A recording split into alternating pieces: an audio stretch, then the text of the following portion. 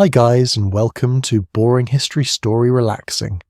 Tonight you step quietly onto the open plains as the light thins into evening, the sky widening above you like a slow breath, and you realize you're about to sleep in a teepee for the very first time. The grass whispers around your ankles, insects tuning up for their nightly concert, and somewhere far off a bird settles in. You probably won't survive this in the modern sense, meaning there is no mattress, no phone charger, and absolutely no guarantee of perfect silence. So before you get comfortable, take a moment to like the video and subscribe, but only if you genuinely enjoy what I do here. Let me know where you're listening from and what time it is there. Because right now, time starts to stretch. Now dim the lights, and let your attention drift forward with you as you approach what will be your shelter for the night. You do not rush. No one here rushes at this hour.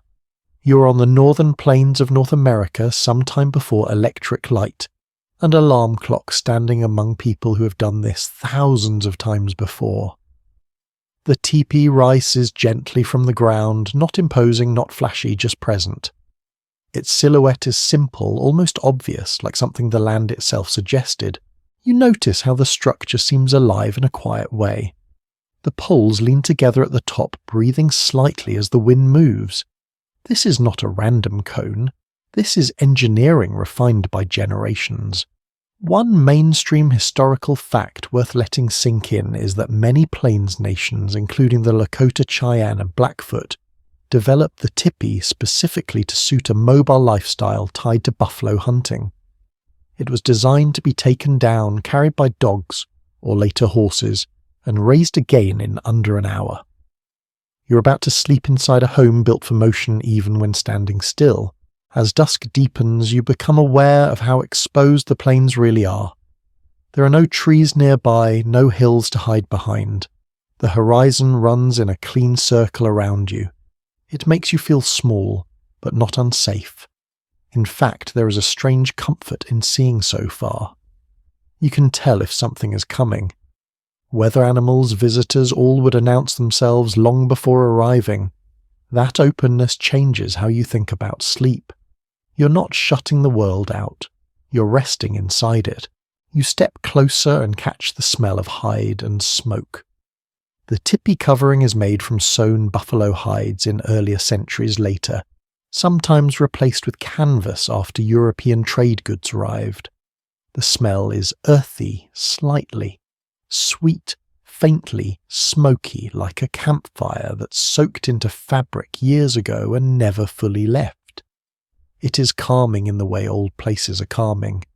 Your brain notes that this smell would have meant warmth and safety to generations of sleepers before you, and somehow that knowledge settles your shoulders. There is a quirky detail you might not expect. Some teepees were decorated with painted designs that were not just decorative but deeply personal, sometimes recording visions, dreams, or acts of bravery.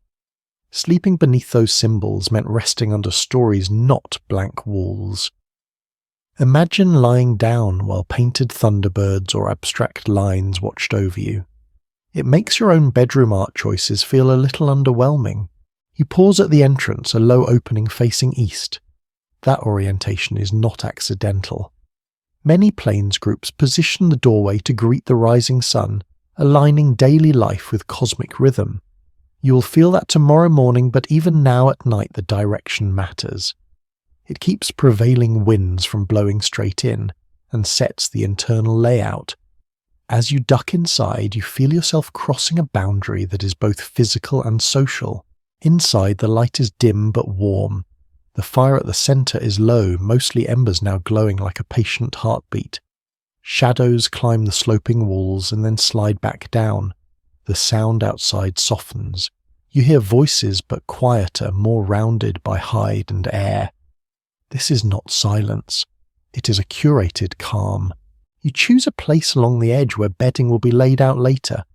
You notice how the ground itself feels different here, packed firm by many feet layered with mats and hides.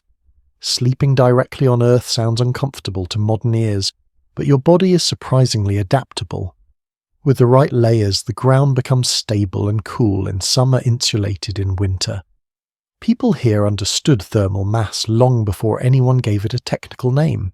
There is an ongoing scholarly discussion about how much sleep people in pre-industrial societies actually got in one stretch.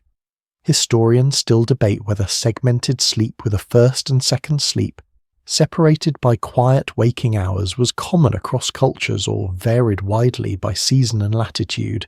In a teepee with firelight and long nights, you suspect sleep may come in waves rather than one solid block. That thought, oddly, takes pressure off. You do not have to sleep perfectly, you just have to rest. As evening deepens, you become aware of the sounds again. The crackle of embers, the soft thump of someone shifting, the wind brushing the hide in a slow, steady rhythm. Outside, a coyote calls then another, their voices threading across the plains. Your instincts notice, then relax. These sounds are familiar here. They are part of the night shift. You think about temperature.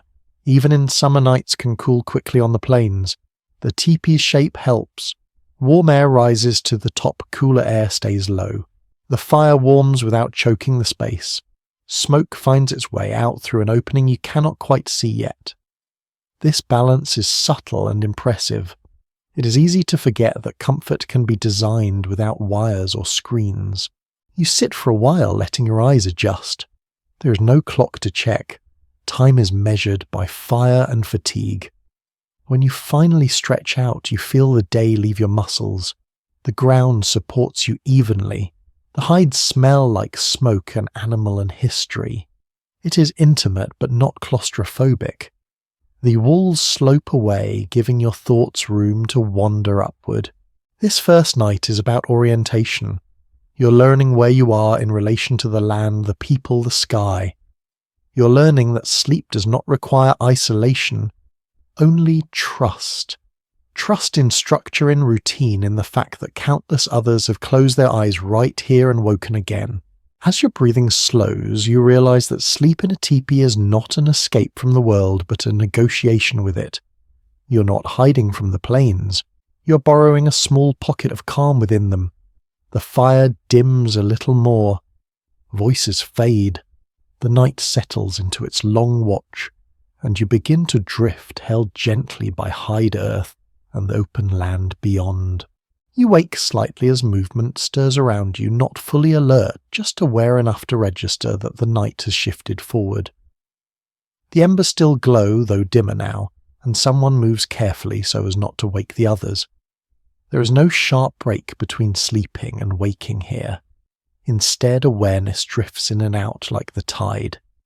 Eventually morning does arrive, soft and pale, and with it comes the quiet work of raising and maintaining the teepee itself, knowledge that shapes every night you will spend inside. You step outside into cool air and watch as poles are gathered. These are long, straight lengths of lodgepole pine, selected with care. One solid historical fact is that the number of poles mattered.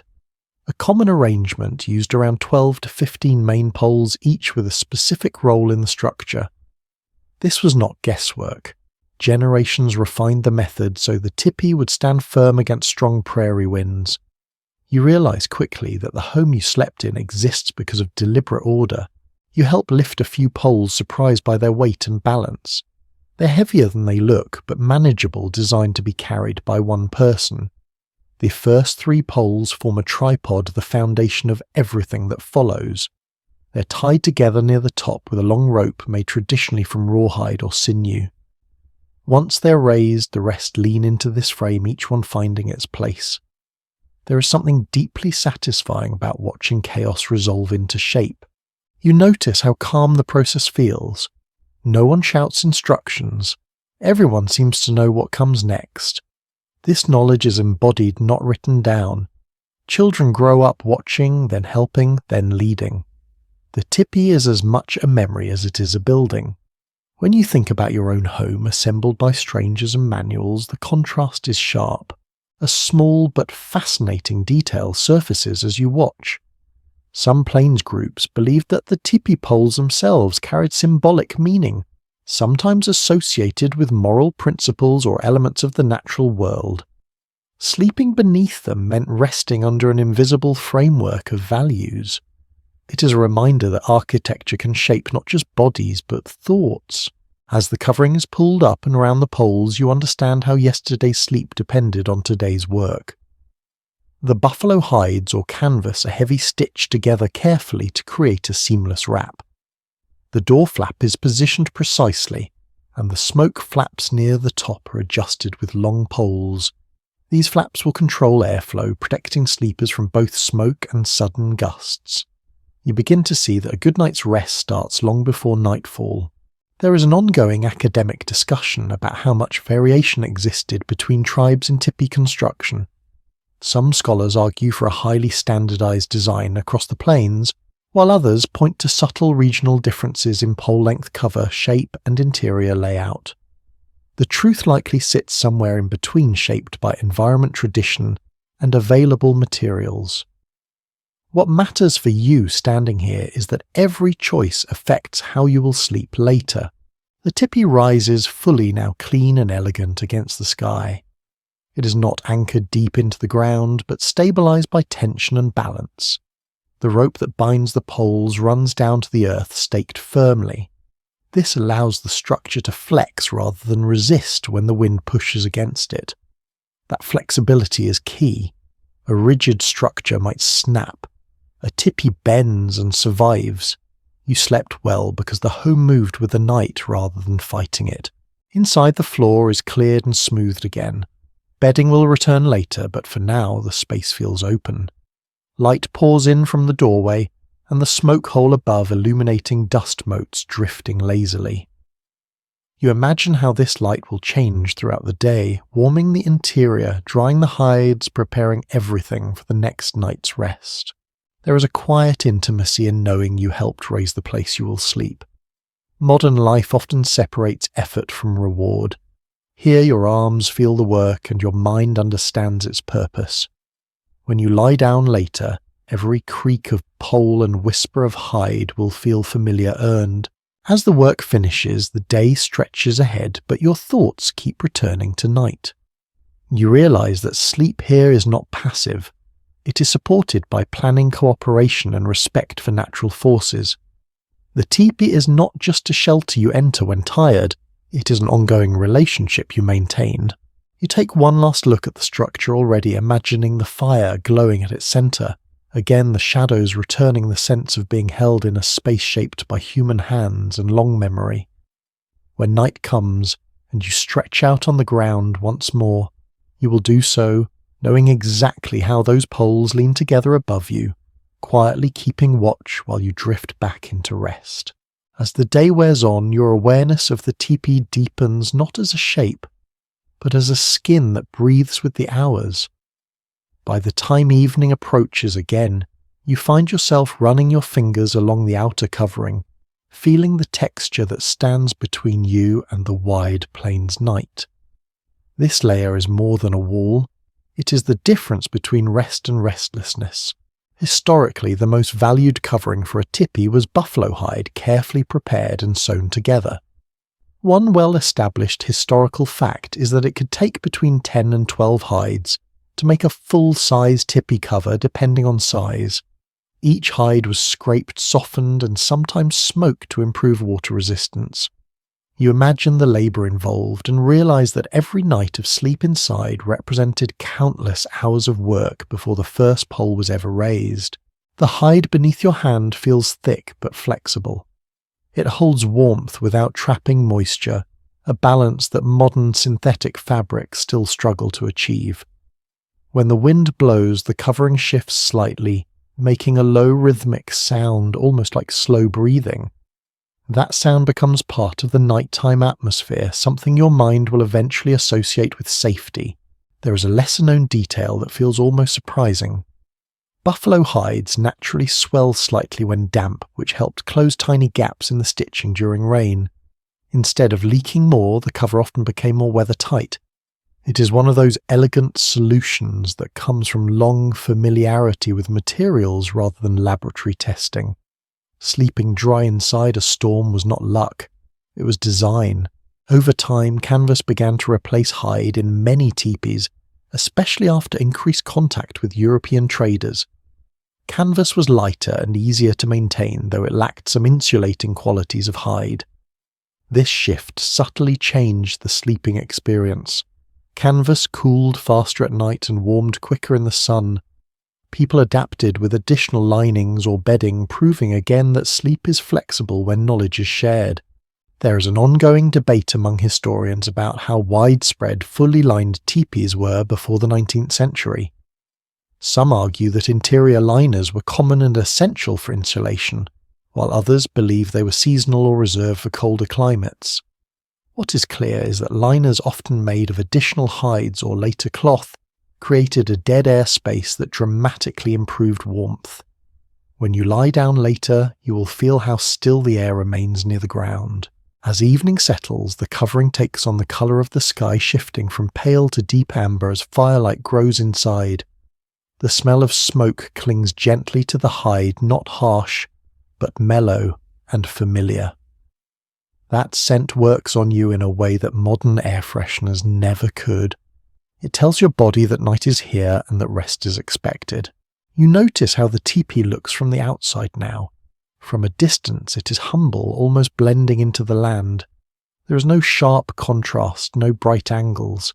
This visual calm mirrors the internal atmosphere. Even before you step inside, your nervous system begins to slow.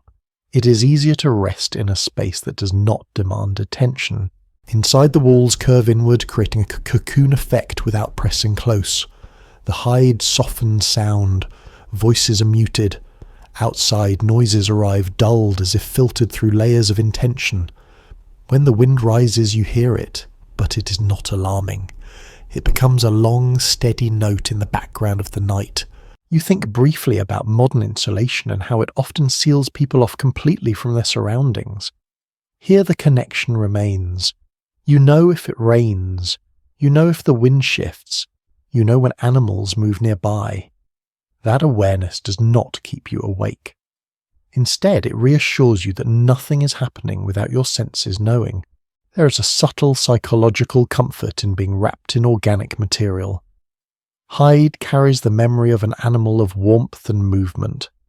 Some anthropologists suggest that this connection may have influenced how safe people felt while sleeping, especially in exposed landscapes.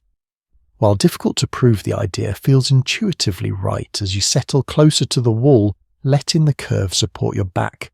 The fire is lit again at the centre, and the tipi becomes a soft lantern in the darkening plains. Shadows ripple gently across the hide, never sharp, always slow. Your bedding is laid out along the edge, layered carefully. You lie down and notice how the wall reflects heat back toward you, creating a pocket of warmth that feels almost intentional. As your body relaxes, you become aware of the small sounds the covering makes. A faint creak as it tightens in cooler air. A soft flutter as a breeze passes. These sounds are not random. Over time, people learn to read them, to know when a storm approached or when a flap needed adjusting. Even half asleep, your mind begins to catalogue them. You drift towards sleep, understanding that the walls around you are not passive barriers. They're active participants in your rest. They regulate temperature, manage sound, and shape light. They connect you to weather and history at the same time. Wrapped in hide and shadow, you let your breathing slow, trusting that this simple, brilliant skin will hold through the night just as it has for generations before you. As night approaches once more, you become aware that the tipi never really stands alone. It is always in conversation with the land around it. Before you settle into sleep again, there is a small but important ritual that takes place, one that shapes how the night will feel inside. You watch as attention turns to direction, to wind, to the slow movements of the sky. This home is not dropped randomly onto the earth. It is oriented with intention. You step back and notice the doorway. It faces east, welcoming the path of the rising sun. This was a widely practiced custom among many plains nations. Aligning the entrance this way meant greeting each day with light and warmth, but it also had practical value. Morning sun helped dry condensation inside keeping bedding and hides from growing damp. Tonight, though, the orientation affects how you sleep, not how you wake.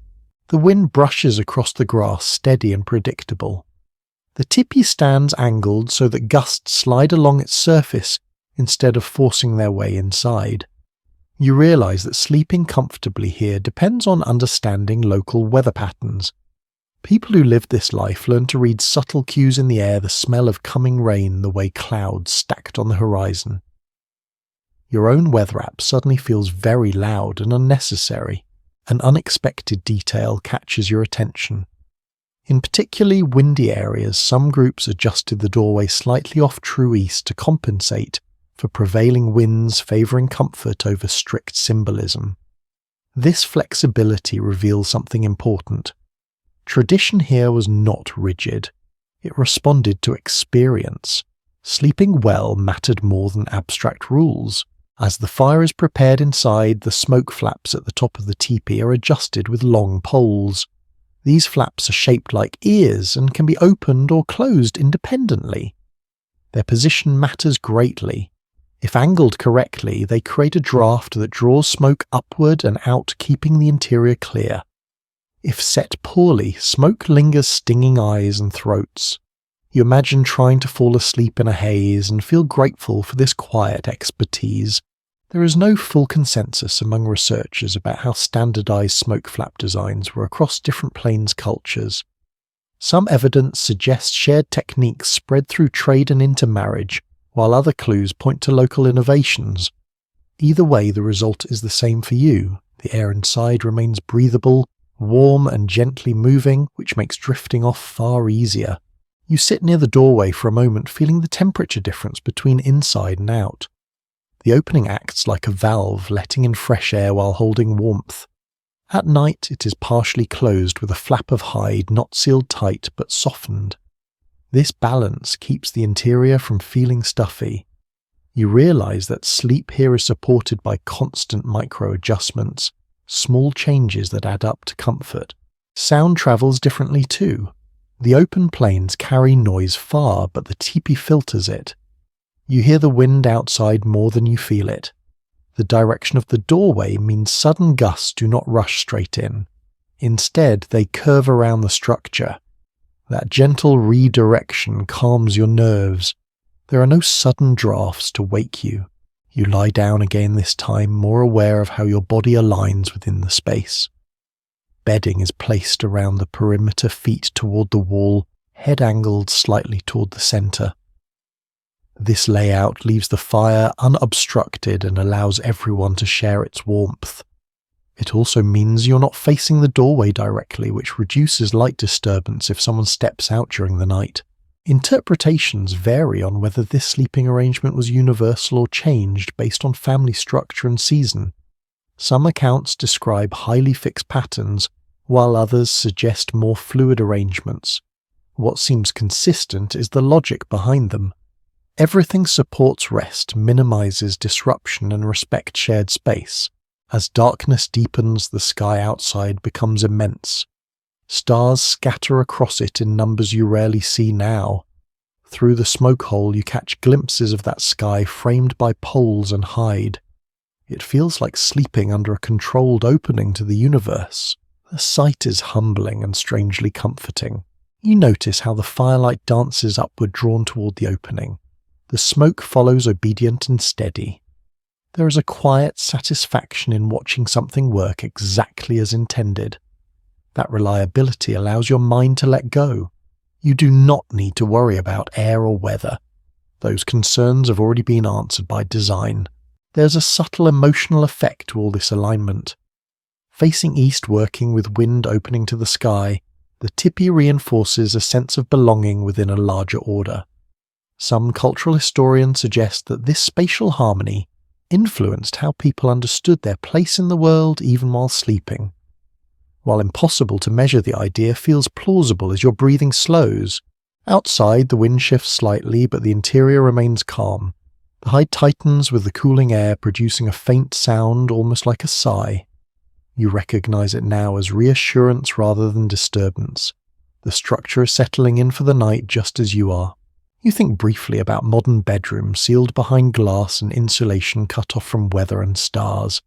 There is comfort there too, but something is missing. Here awareness does not prevent rest, it deepens it. You know where you are. You know which way the sun will rise. You know the wind's direction even with your eyes closed. As the fire lowers to embers and conversation fades, the teepee becomes a quiet instrument tuned to night. Direction, airflow and warmth balance perfectly. You let your thoughts loosen, trusting that the careful orientation of this simple home will carry you gently through the hours until morning light finds the doorway once again. The fire is never just a fire here. As you settle in for another night, you understand that it is the quiet centre around which everything else arranges itself. You sit close enough to feel its warmth on your shins, far enough to avoid the sting of sparks. The embers glow steadily, not roaring, not fading, simply present. This is the heart of the teepee, and your sleep will orbit around it. It is well recorded that the central fire served multiple purposes at once.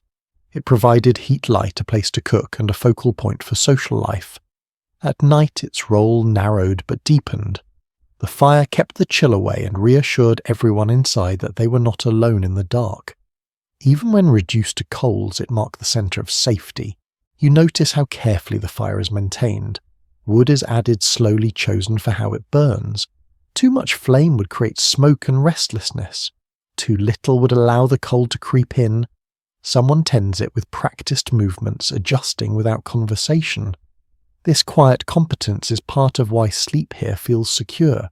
One small but curious practice emerges as you watch. In some communities, certain woods were avoided at night because of the smell they produced or the way they crackled too loudly. A popping fire could disturb sleepers or be mistaken for something else entirely. Choosing fuel was about comfort as much as availability. The smoke rises straight upward, drawn toward the opening above. You follow it with your eyes until it disappears into darkness. The design allows the fire to exist indoors without suffocating the space. Long before chimneys of brick and stone, this solution offered warmth without confinement. You find yourself appreciating how invisible good design becomes once it works. There remains some uncertainty among researchers about how often fires were kept burning all night in different seasons. Some evidence suggests they were allowed to die down in summer, while in winter, a low fire was carefully preserved until morning. The decision likely depended on weather fuel supply and the number of people sharing the space. Tonight the fire settles into a steady, sleepy glow. You lie down again, facing inward. The light flickers across the poles above, making them seem taller than they are. Shadows move slowly, stretching and shrinking. Your eyes follow them until they blur into patterns that no longer demand attention. The firelight is gentle, nothing like the harsh brightness of modern bulbs. It invites rest rather than resisting it. The sound of the fire becomes a low murmur. Occasional soft snaps, the faint collapse of a ash. These sounds blend with breathing and the whisper of the hide walls. Together they create a layered quiet that fills the space without overwhelming it. Your mind begins to let go of sharp thoughts, smoothing them into something slower. There is a subtle social rule at play here. No one steps between another person and the fire without care. The space around it is respected even at night. This unspoken etiquette reduces disruption and preserves warmth. When someone does rise to tend the embers, they move gently, aware of sleeping bodies around them. Interpretations differ on whether the fire held symbolic meaning during sleep or whether its role was primarily practical. Some accounts describe it as a spiritual presence, a link between the earthly and the unseen. Others emphasize its everyday utility. As you drift closer to sleep, the distinction feels unimportant. Practical comfort and symbolic reassurance often overlap. You become aware of how the fire influences temperature. Warmth pools near the center, and radiates outward while cooler air settles near the ground and walls. This creates natural zones. You adjust your position slightly, finding a spot that feels just right. No thermostat needed. Your body and the fire negotiate quietly. Outside the night deepens, inside the fire anchors time. Without clocks, the slow change in its light marks the passing hours. You sense when it's at its warmest, when it begins to dim. This rhythm aligns with your own fatigue, guiding you gently toward deeper rest. You think briefly of nights spent staring at glowing screens, your mind pulled outward by endless light. Here, the glow pulls you inward. The fire does not ask for attention. It offers presence. That difference matters more than you might expect. As your eyes finally close, the fire remains a small, steady companion. It will be watched, tended if needed, allowed to fade when safe. You trust it. That trust allows your muscles to soften your breathing to slow. At the center of the teepee, the embers pulse quietly, holding the night together while you slip into sleep. At some point in the night, you become aware of the air itself, not as wind exactly, but as a gentle presence that moves without touching you directly. Your breathing feels easy. There is no heaviness in your chest, no sharp smell of smoke clinging to your throat. This quiet comfort comes from a detail most people never think about when imagining a teepee, the careful control of airflow. You open your eyes briefly and look upward. Above the fire, the opening at the top of the teepee appears as a dark circle edged with faint starlight. The smoke flaps are set just right, angled outward like patient hands guiding something delicate. Smoke rises, curves, and slips away into the night. You are warm but not stifled. That balance is the difference between rest and irritation. It is well known among historians of Indigenous architecture that the smoke flap system was a crucial innovation. These adjustable flaps allowed people to maintain indoor fires in a portable structure without filling it with smoke. The design relies on understanding pressure, heat and wind direction, all learned through long observation rather than formal measurement. You're sleeping inside applied knowledge refined over centuries. As you settle back down, you notice how the air near the ground feels slightly cooler than the air above. This layering keeps your face comfortable, while your body stays warm. The liner along the inside wall helps guide airflow upward, rather than letting drafts spill across the bedding. You had not noticed it consciously before, but now you feel its effect in the steady calm of your breathing. One unexpectedly clever habit involved adjusting the smoke flaps during the night as wind conditions changed. Someone light sleeping would listen for subtle shifts in sound and rise quietly to reposition them. It was a small act of care that protected everyone's rest. You imagine how attuned people became to the language of the teepee, learning to read its murmurs like weather signs. There is some disagreement among researchers about how frequently smoke flaps were adjusted overnight versus set once and left alone. Oral histories suggest constant attentiveness, while some written accounts imply a more set-and-forget approach. The truth may have depended on season and storminess. Tonight conditions are steady and the flaps remain still holding their careful angle. You listen to the air moving. It makes a soft sound as it passes the opening, almost like a long, slow exhale. That sound blends with the crackle of embers and the distant calls of night animals. Together they form a background that is neither silent nor intrusive. It is the kind of soundscape your brain stops analysing and starts drifting through. Smoke scent is present but faint. It lingers in the hide, not in your lungs. That difference matters. People who live this way learn to recognise when smoke became unhealthy, long before modern ventilation standards existed. Irritated eyes and coughing were signs something needed adjusting. Comfort was not accidental, it was monitored. You think briefly about modern fireplaces sealed behind glass drawing air through hidden ducts. They work well, but they remove the process from view. Here you can see and feel how air behaves. That visibility creates trust. You know why you're comfortable, not just that you are. As the night deepens, the temperature drops slightly. The air responds by tightening the hide walls, which subtly changes the draft. The teepee adjusts itself like a living thing, responding to external conditions without human intervention. You sense the shift but do not wake fully. Your body accepts the change as natural. There is a calming psychological effect to breathing air that has moved slowly through natural materials. Some environmental psychologists suggest that such airflow feels less stressful than mechanically forced air, though evidence remains limited. Lying here, the idea feels convincing. Your chest rises and falls in a smooth rhythm, unbothered by dryness or stale warmth. At one point, a faint gust passes outside. The smoke flaps tremble slightly but hold. The draft strengthens for a moment, then settles back into balance. You do not wake, but your body registers the consistency. Safety, even unconscious safety, deepens sleep. You shift your position, pulling a hide closer around your shoulders. The air near your face remains clear. No sharp smells, no irritation. That clarity allows your thoughts to wander without tension. You think of nothing in particular. Images drift and dissolve before forming fully.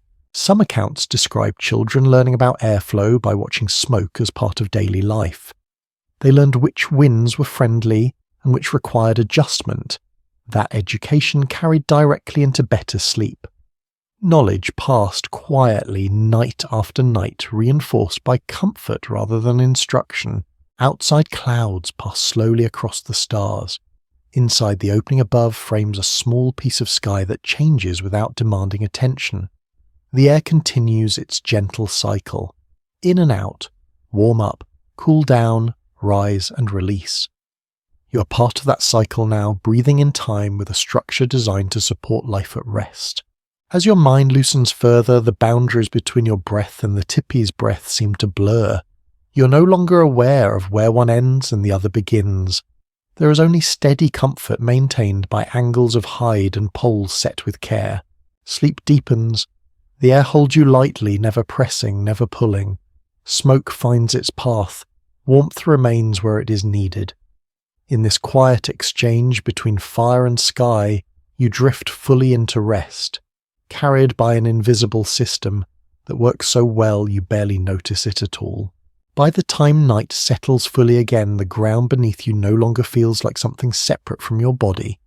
It has become part of how you rest.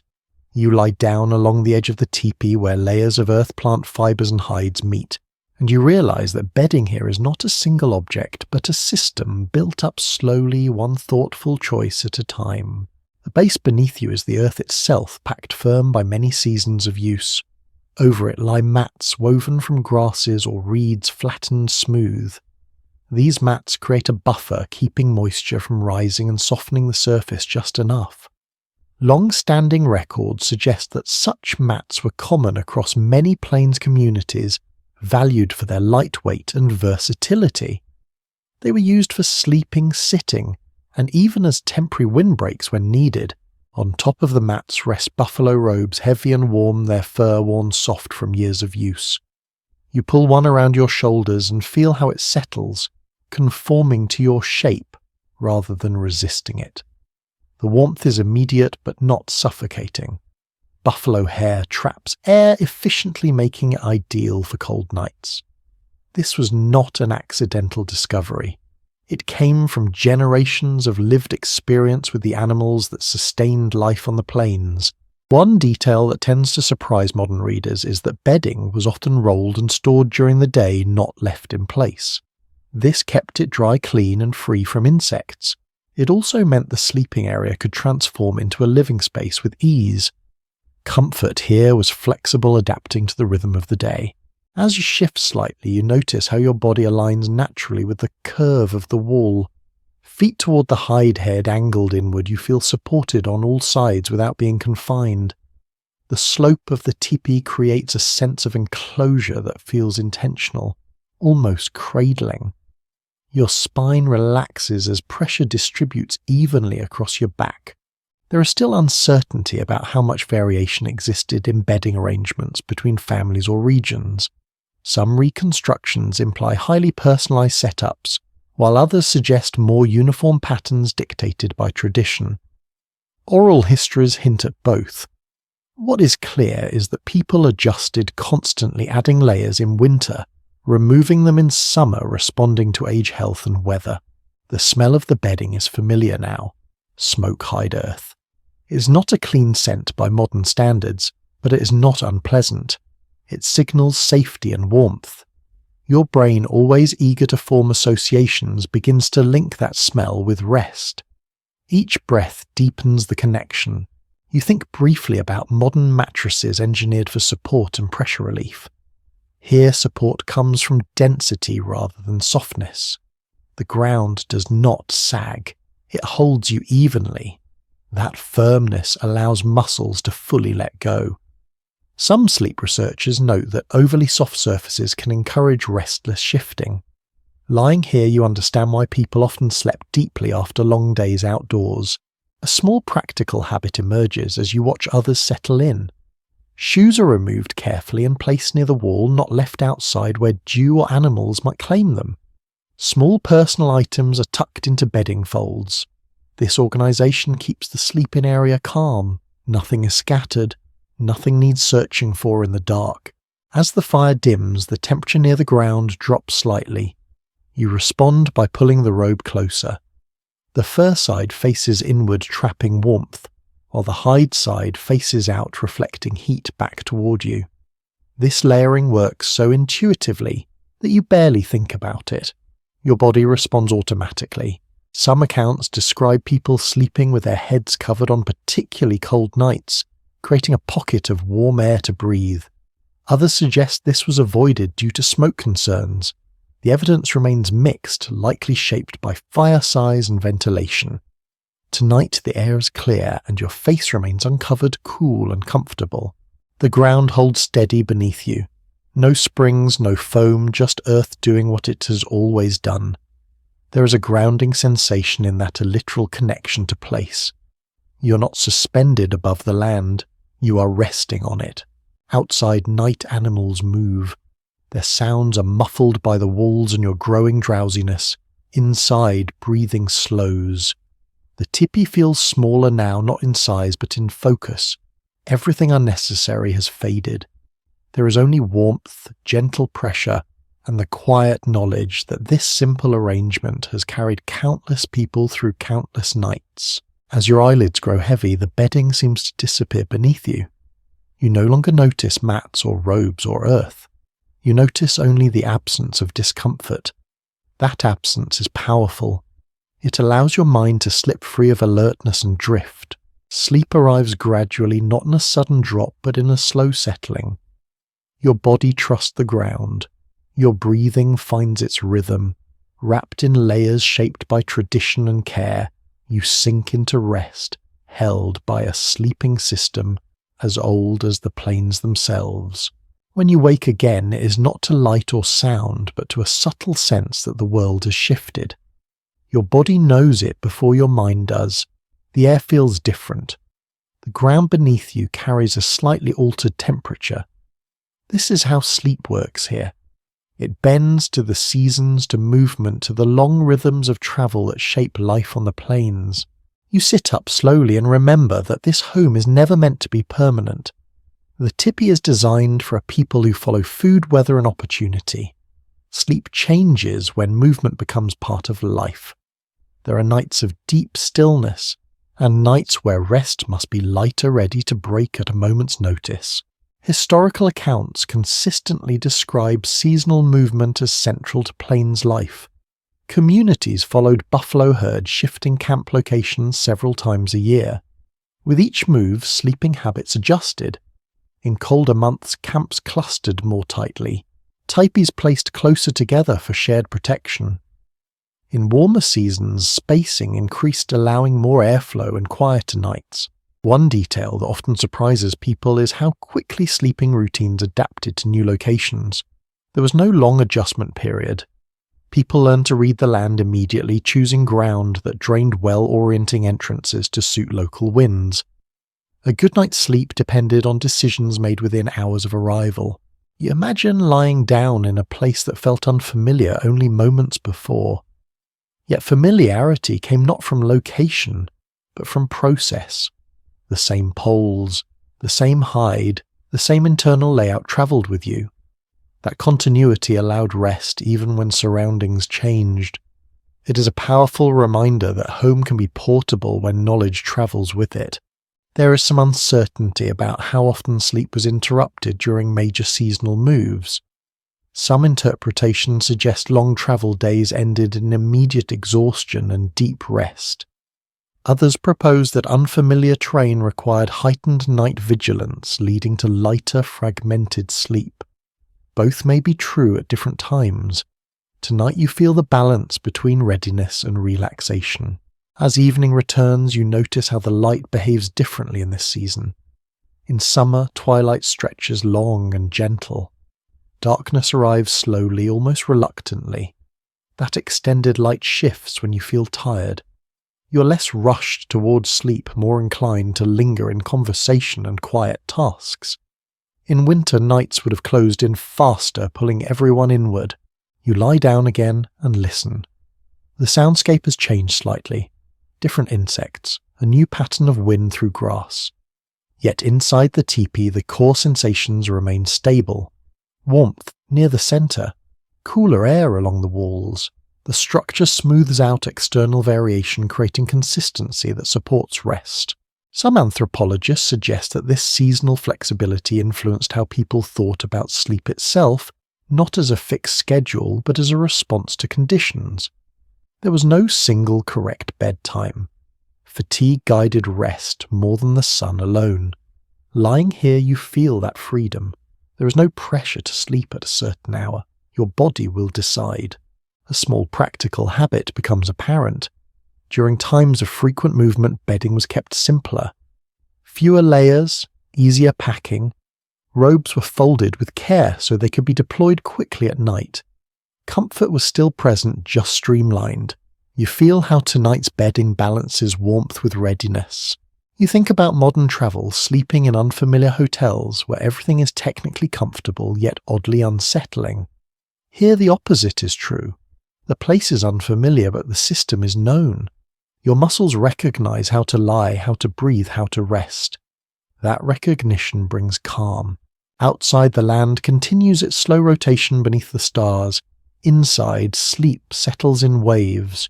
You drift, wake, briefly drift again. This pattern feels natural rather than disruptive. Each waking moment is quiet, unhurried. You check the fire, you listen, you relax back into the ground. Evidence from oral traditions suggests that elders often slept more lightly during periods of movement, listening for changes in weather or animal activity. Younger sleepers rested more deeply. This shared pattern distributed responsibility without anxiety. Sleep was communal, protective, and adaptive. As the night deepens, your awareness fades. Seasonal movement no longer feels like effort. It feels like rhythm. Rest is woven into that rhythm, expanding and contracting as needed. You understand now that sleep in a teepee is never isolated from life. It travels with it. Wrapped in familiarity, carried across distances, you let your body sink once more into the ground. The land beneath you may change, but the way you rest remains steady. Guided by season, shaped by movement, you drift back into sleep, ready to rise when the rhythm turns again. Sometime deep in the night, sound becomes the main thing you notice. Not sharply, not with alarm, but as a soft awareness that the world outside the teepee has not gone to sleep just because you have. You lie still, eyes closed, listening through layers of hide and air as the plains speak in their nighttime voice. The first thing you register is how far sound can travel here. With no trees or buildings to interrupt it, noise moves cleanly across the land. A distant call can feel close. A nearby movement can seem farther away than it is. People who slept on the plains learned this quickly. Long before written records, they understood how to judge distance by tone, rhythm, and repetition. You hear insects working steadily, their sounds rising and falling in overlapping waves. Crickets pulse. Other creatures click or hum in patterns your mind cannot quite follow. These sounds are constant enough that they fade into the background, becoming a kind of living silence. Modern studies of sleep environments suggest that steady natural noise can promote deeper rest, something people here understood without needing proof. Then there are the larger sounds, a rustle of grass, the low grunt of an animal moving through the dark. You feel your body register these noises, then relax. This reaction is learned. Communities living this way taught children early which sounds mattered and which did not. Not every noise was a threat. Most were simply life continuing. One lesser-known habit involved using sound intentionally as reassurance.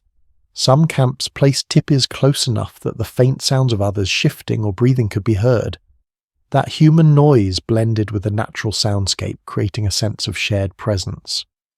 Absolute silence was not the goal. Balance was. You notice how the teepee filters sound. The hide walls soften sharp edges, rounding noises so they arrive gently. Wind becomes a low rush instead of a whistle. Footsteps outside sound muted, never sudden. This buffering helps your nervous system stay calm. You remain aware without being startled. There is still discussion among researchers about how often night watches were kept in different situations.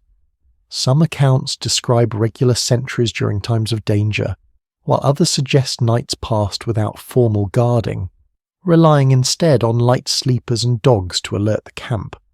The truth likely varied with circumstance. Tonight there is no tension. Sound flows freely, unmonitored, unfeared. You shift slightly and hear the faint creak of a pole responding to temperature change. The sound is familiar now. It tells you nothing is wrong. You hear someone breathe deeply nearby, steady and slow. That rhythm pulls you toward your own deeper breathing, sinking without effort. Outside, a coyote calls again, its voice long and wavering. Another answers. The sound travels across the plains layered with distance and echo. Rather than frightening you, it grounds you. These calls have marked nights like this for generations. They are part of the auditory landscape of sleep. Some oral traditions suggest that people interpreted certain night sounds as messages or omens, while others treated them simply as background life. The interpretation depended on context, season, and experience. Lying here, you feel no need to assign meaning. The sound exists. That is enough. You think briefly about how modern homes often block outside sound entirely, leaving only internal noise behind. Here the boundary is softer. You're aware of the world beyond the wall, but not overwhelmed by it. This awareness feels protective rather than intrusive. As the night progresses, sound shifts subtly. Insects quiet for a while. Wind changes direction. Somewhere something settles down. Your mind notes these changes without waking fully. This partial awareness allows you to remain at rest while still connected. Evidence from early observers suggests that people living this way developed exceptional auditory memory, able to recognize individual animals or weather patterns by sound alone. Whether or not that skill was universal, it is clear that sound played a central role in nighttime awareness. Your eyelids remain heavy. The sounds no longer form distinct events. They blur together, a continuous low hum that carries you downward. The Tepee holds you, the ground supports you, and the night sings quietly around you. Eventually even sound fades. Not because it stops, but because your mind releases it. The plains continue their work, animals move, wind flows. Inside you drift deeper into sleep, wrapped in a soundscape that has carried countless nights before this one, and will carry countless more long after. As the night stretches on, voices begin to surface low and unhurried, carried gently across the interior of the teepee. You do not open your eyes, but you listen. This is not conversation meant to keep anyone awake. It is something softer, slower, shaped by firelight and familiarity. Stories arrive the way embers glow, not suddenly, but with a steady warmth that invites you closer even as you drift. Someone speaks from near the fire, their voice measured, never raised. The words are not rushed. Pauses are as important as sentences. You sense that everyone inside understands this rhythm. Stories told at this hour are meant to settle the mind, not excite it. They smooth the edges of the day and guide thoughts gently toward rest. These stories often carry lessons, though they rarely announce themselves as such. They describe animals behaving in recognizable ways, people making choices that echo into consequence. You listen without effort, letting meaning seep in gradually. Long before books were common, evenings like this carried knowledge from one generation to the next, delivered in a form that fit naturally into the approach of sleep. There is an unexpected intimacy to hearing stories while lying down. Your body's already relaxed, your defences lowered. The words reach you differently. You're not evaluating them, you're absorbing them. Memory and imagination blur together, and that blending feels intentional. Some stories shift depending on the season. Winter nights favour longer tales, layered and detailed, while summer evenings lean toward shorter reflections. Tonight's story sits somewhere in between, paced for a night that is neither too long nor too brief. The teller adjusts instinctively, watching breathing slow eyes close. You notice that children are not separated from this moment. They hear the same stories, perhaps interpreting them differently, but sharing the experience. Elders speak not only to entertain, but to shape understanding quietly. Sleep becomes a classroom, though no one would call it that. Occasionally a soft chuckle moves through the space. Humour finds its way even into bedtime stories. It is gentle, never sharp. Laughter here does not break calm. It deepens connection. You smile faintly, eyes still closed, feeling part of something shared. Some accounts passed down through oral memory suggest that certain stories were reserved specifically for nighttime, believed to carry their full meaning only when told in the dark. Others were avoided after sunset, save for daylight. The reasoning varies depending on who tells it. Lying here, you accept the mystery without needing resolution. The fire responds to the cadence of the voice, or perhaps it only seems that way. Shadows sway in time with speech. The walls reflect sound, softly ensuring no word lands harshly. Even the pauses feel full rather than empty. You think briefly about modern entertainment, bright screens and constant stimulation. This is different. The story does not demand attention. It offers companionship. You're free to drift in and out, catching fragments, letting others pass. Nothing important will be missed if sleep arrives early. As the voice continues, your thoughts begin to wander. Images form behind closed eyes. A river, an animal moving through tall grass, a choice made long ago. These images are not vivid enough to keep you awake, only present enough to guide you gently downward. The story winds toward a natural pause, not a sharp ending. The speaker senses when enough has been said. Silence follows, comfortable and complete. No one rushes to fill it. The fire crackles softly as if acknowledging the close. Your breathing deepens. The story lingers in you, not as a sequence of events, but as a feeling. Safety, continuity, belonging. These are not concepts you analyze. They are states you inhabit. Outside, the night continues its quiet work. Inside, the Tipi holds warmth, sound, and shared memory. The story has done its job. It has guided your mind away from the day and toward rest. You drift now, carrying fragments of words that soften and dissolve as sleep deepens. The fire dims further. The walls stand steady, surrounded by low voices, old stories, and the calm of a space designed for rest. You slide fully into sleep, the narrative fading as gently as it began. You wake only slightly as the night rearranges itself around you. Bodies shift. A hide is pulled closer. Someone near the wall turns onto their side. Even half asleep, you sense that space inside the teepee is not random. Where people lie, how close they are, and who rests near whom, all follow quiet patterns shaped by custom and necessity. You notice that certain areas feel more active even in sleep. Near the doorway, lighter sleepers tend to rest. They are closer to fresh air, and the outside world more likely to wake if something changes. Deeper inside, closer to the fire, rest feels heavier, more protected. This arrangement is not announced or enforced. It simply exists learned through repetition. Over time, families developed shared understandings about space. Some places belonged naturally to women, especially those responsible for tending the fire and managing household rhythms. Other areas were more commonly used by men or visitors. These patterns were practical rather than rigid, shaped by daily roles that continued quietly into the night. One detail that often surprises modern readers is that privacy was defined very differently here. There were no separate rooms, no doors to close. Instead, privacy came from familiarity and mutual respect.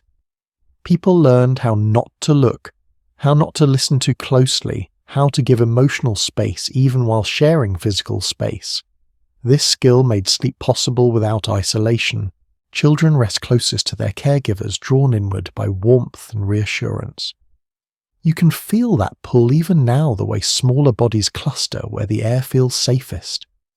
Elders often choose positions that allow them to observe without effort, able to wake easily if needed, yet still supported by the structure and routine of the group. Interpretations of these arrangements vary depending on the sources consulted. Some early observers described strict spatial rules, while later accounts emphasize flexibility and adaptation. The truth likely lived in between, shaped by family size, season, and circumstance. What matters most is that everyone knew where they belonged. You shift slightly, careful not to disturb anyone. The care feels instinctive here. Movements are small and deliberate. Even turning over becomes a shared consideration. This awareness does not feel restrictive. It feels cooperative, like everyone is participating in keeping the night calm. The firelight has faded to a dull glow, but its presence still organizes the space. Shadows no longer dance sharply. They settle into soft shapes that barely move. Your eyes close again, comforted by the predictability of the scene. Some oral traditions hint that learning how to sleep among others was an important part of growing up. Children were taught not just when to sleep, but how to sleep in community. Rest was understood as something that could be protected collectively or disrupted easily. Awareness mattered. You think about how modern sleep often happens alone, sealed away behind walls. Here, solitude exists inside togetherness. You're not alone, yet you are not watched. The balance feels delicate but well practiced. As the night deepens, breathing synchronizes. A gentle rise and fall fills the space, almost like the teepee itself is breathing. The poles hold steady. The hide walls remain quiet. The arrangement of bodies supports stillness rather than breaking it. You feel yourself sinking back down, reassured by the presence of others. Shared warmth, shared silence, shared rest. There is something deeply human about it. Something your body recognizes, even if your daily life rarely offers it. Sleep takes you again, smooth and unforced. Around you, the quiet order of the teepee holds, guiding everyone through the night together, each person resting in their place, each breath adding to the calm. You stir as a small movement ripples through the space, gentle enough not to wake you fully, but present enough to register. A child shifts closer to warmth. An elder clears their throat softly. Even in sleep, the teepee holds many ages at once, each resting differently, each supported by the same quiet structure. Children sleep deeply here, their bodies give in fully to the day's exhaustion, limbs loose, breathing slow and even. They're wrapped securely, often tucked between adults, or close to the warmest part of the shelter. This closeness is not accidental. It offers reassurance, warmth, and a sense of safety that carries into dreams. Long-remembered accounts describe children sleeping through storms that left newcomers wide-eyed and restless. Elders rest differently. Their sleep is lighter, more alert. You notice it in the way they change position carefully, how they seem aware of sound and movement even while resting. Years of experience have shaped this pattern. Light sleep allows them to listen for changes in weather animals or the needs of others. Rest does not mean disengagement. It means readiness without strain. There is an understanding here that sleep changes over a lifetime. No one expects elders to rest like children or children to hold the vigilance of elders. Each stage has its own rhythm. This acceptance removes pressure. No one is judged for waking early or sleeping late. Rest is allowed to be what it is. You think briefly about how modern life often treats sleep as a problem to be solved, measured, optimized. Here it is a shared biological process woven into daily life. No one lies awake worrying about hours logged. The body decides when it has had enough. An interesting practice emerges as you observe quietly. When a child wakes in the night, they're rarely rushed back to sleep. A soft word, a hand on the back, a gentle adjustment of bedding. Calm is restored without urgency. The night is not something to conquer, it is something to move through slowly. Some early observers noted that elders often slept closest to the doorway in certain seasons, positioning themselves where fresh air flowed and where they could rise easily if needed. Other traditions placed them deeper inside near warmth. The arrangement shifts depending on health, weather, and responsibility. Flexibility guides comfort more than rule. The fire responds to these movements subtly. A log settles. Ash collapses inward. Even these small sounds feel connected to the people resting nearby. Nothing happens in isolation. The space is too shared for that. You feel a sense of layered care. Children are protected by adults. Adults are guided by elders. Elders are supported by the collective. This network extends into sleep itself. Everyone rests better knowing they are not alone in holding the night together. Outside, the plains remain vast and indifferent. Inside, attention flows gently between generations. You sense how knowledge is passed not only through stories and instruction, but through presence. A child learns how to sleep by sleeping among those who know how. There is no sharp boundary between waking and sleeping for elders. They drift, surface, listen, then drift again. This pattern seems less tiring than constant vigilance. It spreads responsibility across the night, easing the burden on any one person. You notice how temperature management adapts to age. Children are bundled more heavily. Elders often prefer fewer layers, relying on awareness rather than insulation. These choices are respected without comment. Everyone knows their own body. Some anthropologists suggest that this shared sleeping arrangement strengthened intergenerational bonds in ways difficult to replicate in compartmentalized living. While hard to quantify, the effect feels tangible as you lie here. There is a sense of continuity, of being part of something that existed before you and will continue after. A child murmurs in their sleep. An adult shifts to make space. No one fully wakes. The movement passes like a small wave and disappears. The night resumes its steady flow. You reflect on how rare it is in many modern settings to sleep near people of different ages. Children are separated. Elders are often isolated. Here everyone remains part of the same nightly rhythm. Sleep becomes a shared language spoken fluently across generations. As your own rest deepens, you feel held not just by hides and poles, but by this quiet social structure. It supports you as surely as the fire and the walls. You're resting inside a living arrangement that values every stage of life. Breathing slows again. Muscles soften. The night stretches ahead, calm and unbroken. Around you, children dream deeply. Elders listen lightly, and the teepee shelters them all without distinction.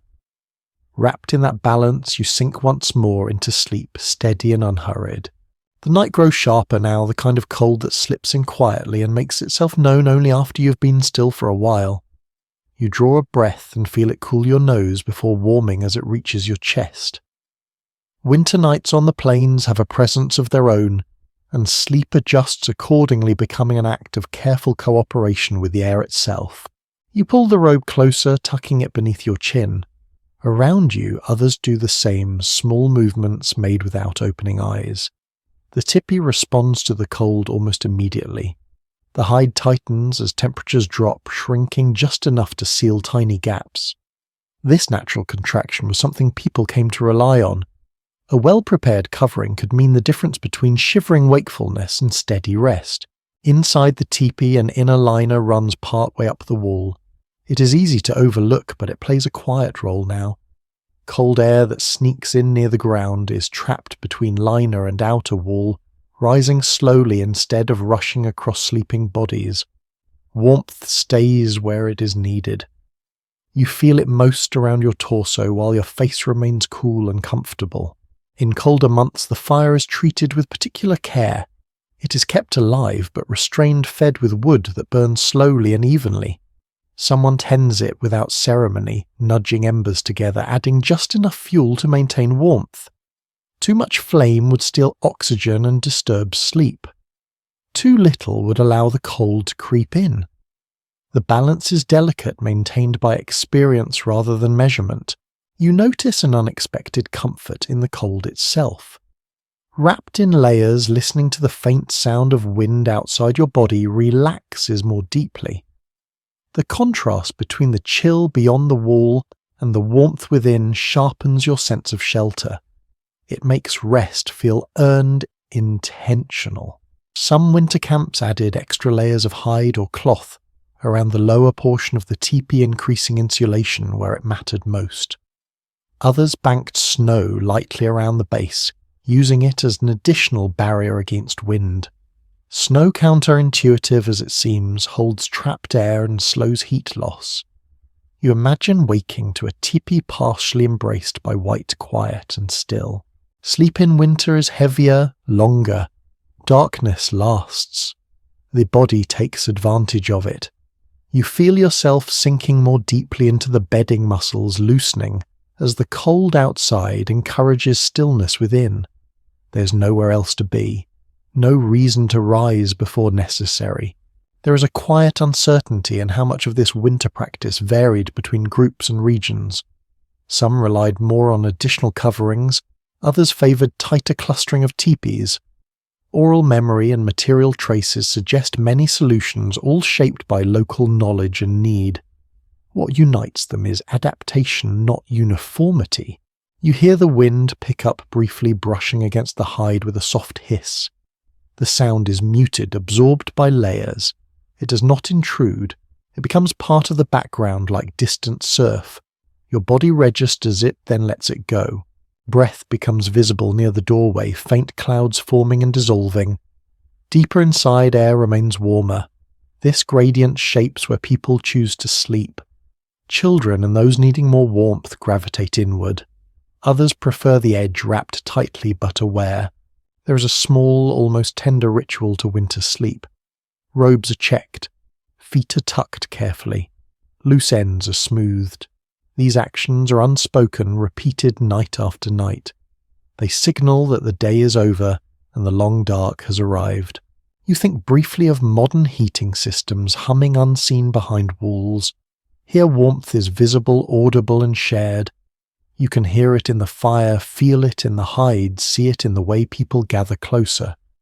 That visibility brings comfort. Nothing is hidden. Nothing is uncertain.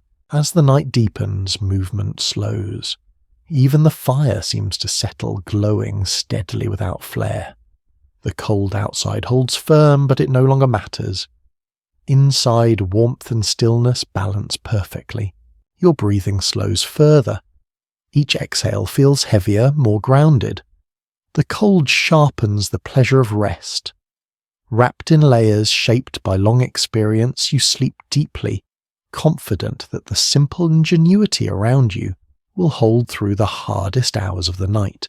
The winter plains remain vast and unforgiving beyond the hide walls. Inside, the teepee stands quietly insulating bodies and dreams alike.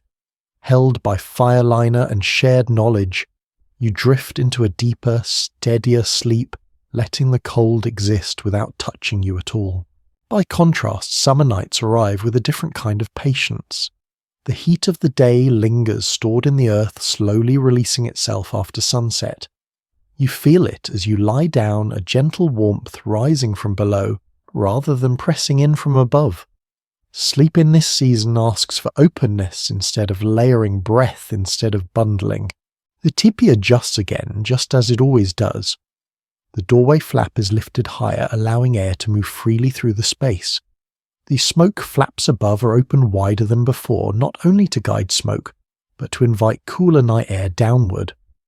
The result is a slow circulation that never quite settles, always moving just enough to keep the interior from growing stale.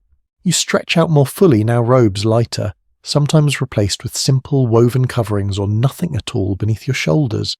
The ground feels pleasantly cool against your back.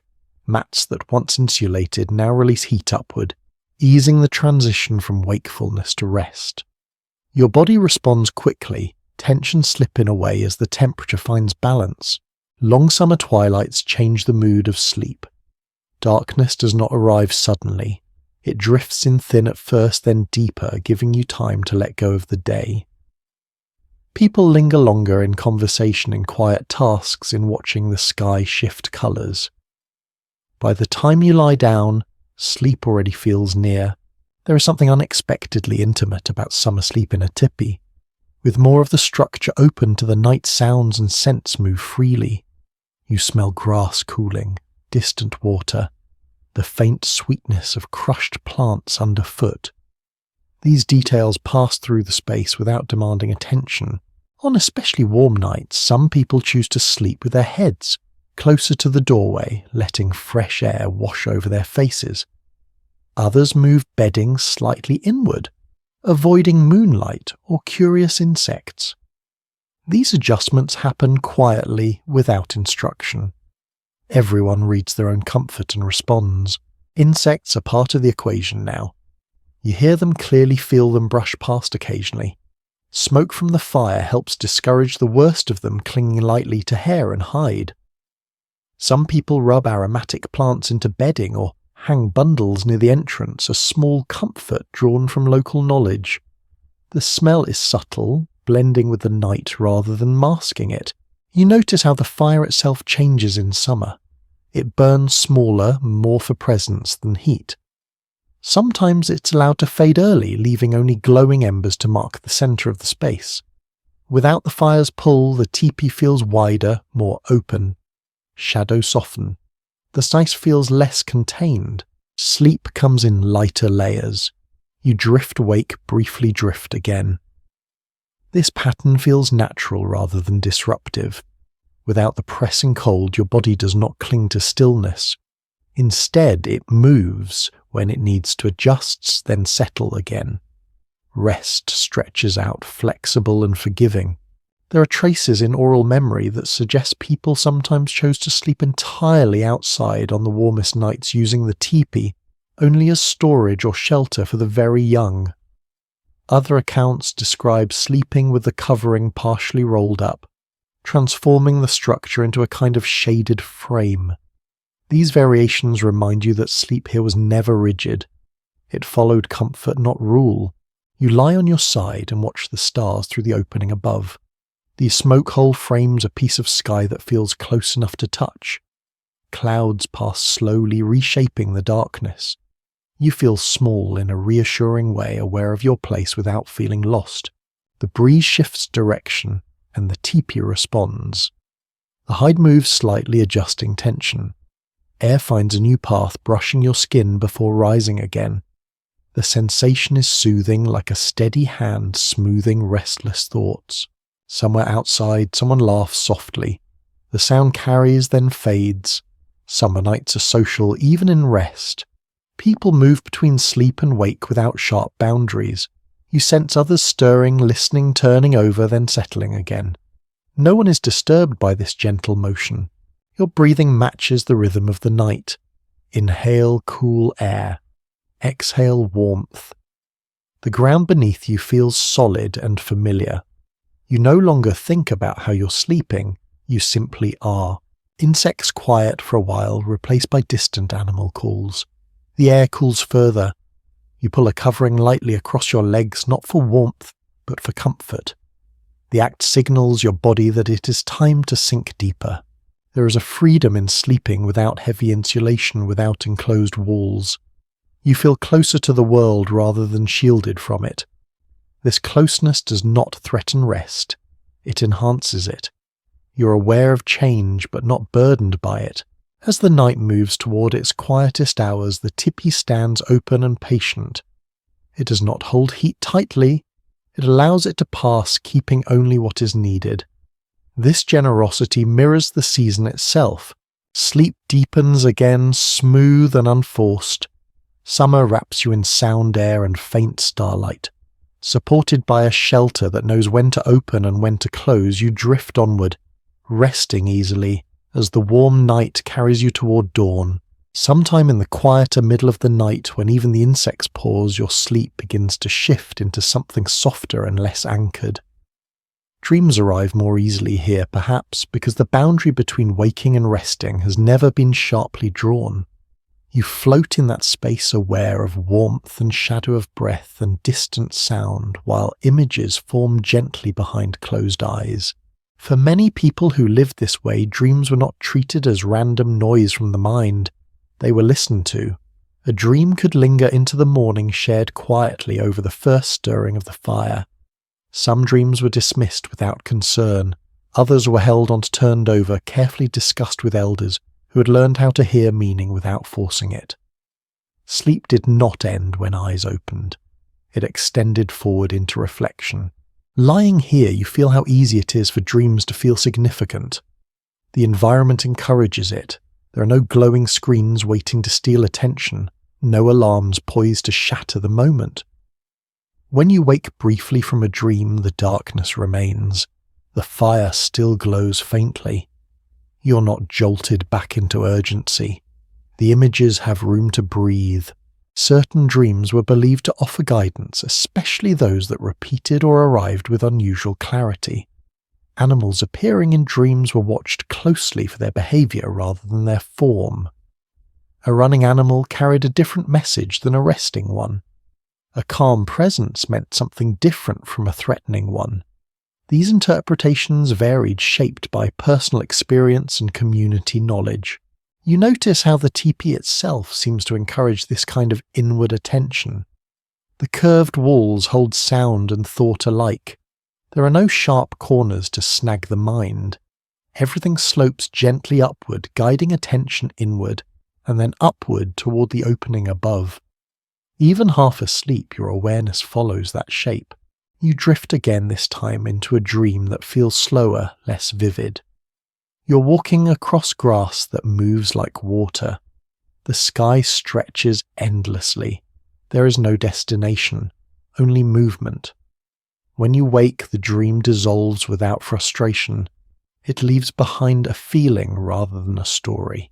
Some traditions cautioned him against speaking certain dreams aloud, especially at night. Words could give them weight too soon. Morning light was preferred for sharing when clarity returned. Other dreams were spoken immediately, whispered into the firelight before sleep reclaimed the mind. The timing mattered as much as the content. You turn slightly, feeling the bedding shift beneath you. The movement is small enough not to disturb the dream state entirely. Your body remains heavy, relaxed. Breath deepens. Thoughts loosen their grip. There is a quiet respect for sleep itself here. It is not treated as wasted time. It is understood as a space where insight can emerge without effort. You do not need to chase meaning. If it comes, it comes. If it does not rest, it is still valuable. You think briefly about how modern language often separates dreaming from reality, as if one mattered less. Here the distinction is softer. Dreams are part of experience, filtered through sleep rather than sight. That perspective feels gentler, less dismissive of the mind's quieter work. Outside, the night continues its slow arc. Stars wheel overhead unseen but felt. Inside, the fire breathes low and steady. The teepee holds warmth and shadow in equal measure. You feel held as well, not just physically, but mentally supported in letting go. Another dream brushes past. This one fades before forming images. It is more sensation than narrative. Warmth, motion, stillness. When you surface again, you do not try to remember. You allow it to pass, trusting that whatever mattered will remain without effort. Sleep deepens toward its most restful point. Breathing slows further, muscles soften completely.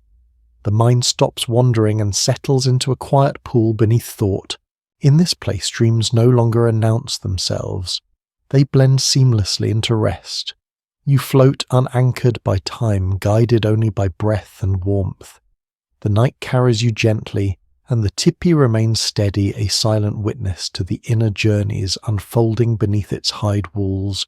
When you wake briefly again, it is not from discomfort, but from a subtle sense of awareness returning on its own. The fire is changed. You can tell without opening your eyes. Its warmth feels softer now, less immediate. The night has moved forward, and with it the quiet work of maintaining the shelter continues even while most remain asleep. Someone rises carefully, steps light and deliberate.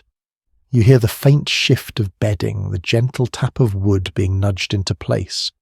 The fire responds with a muted glow, brightening just enough to restore balance. This small act carries weight.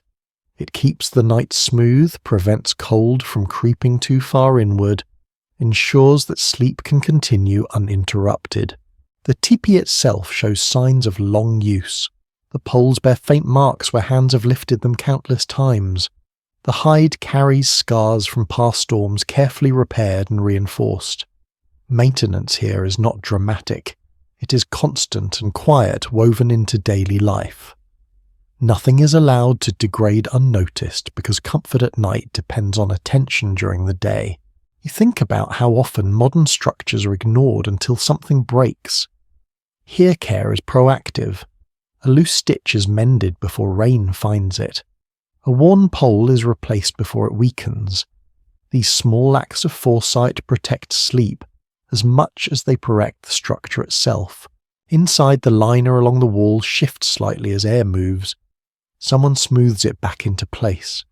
The gesture is nearly automatic, performed without thought. The result is immediate. Drafts fade, warmth stabilizes, sleep deepens again.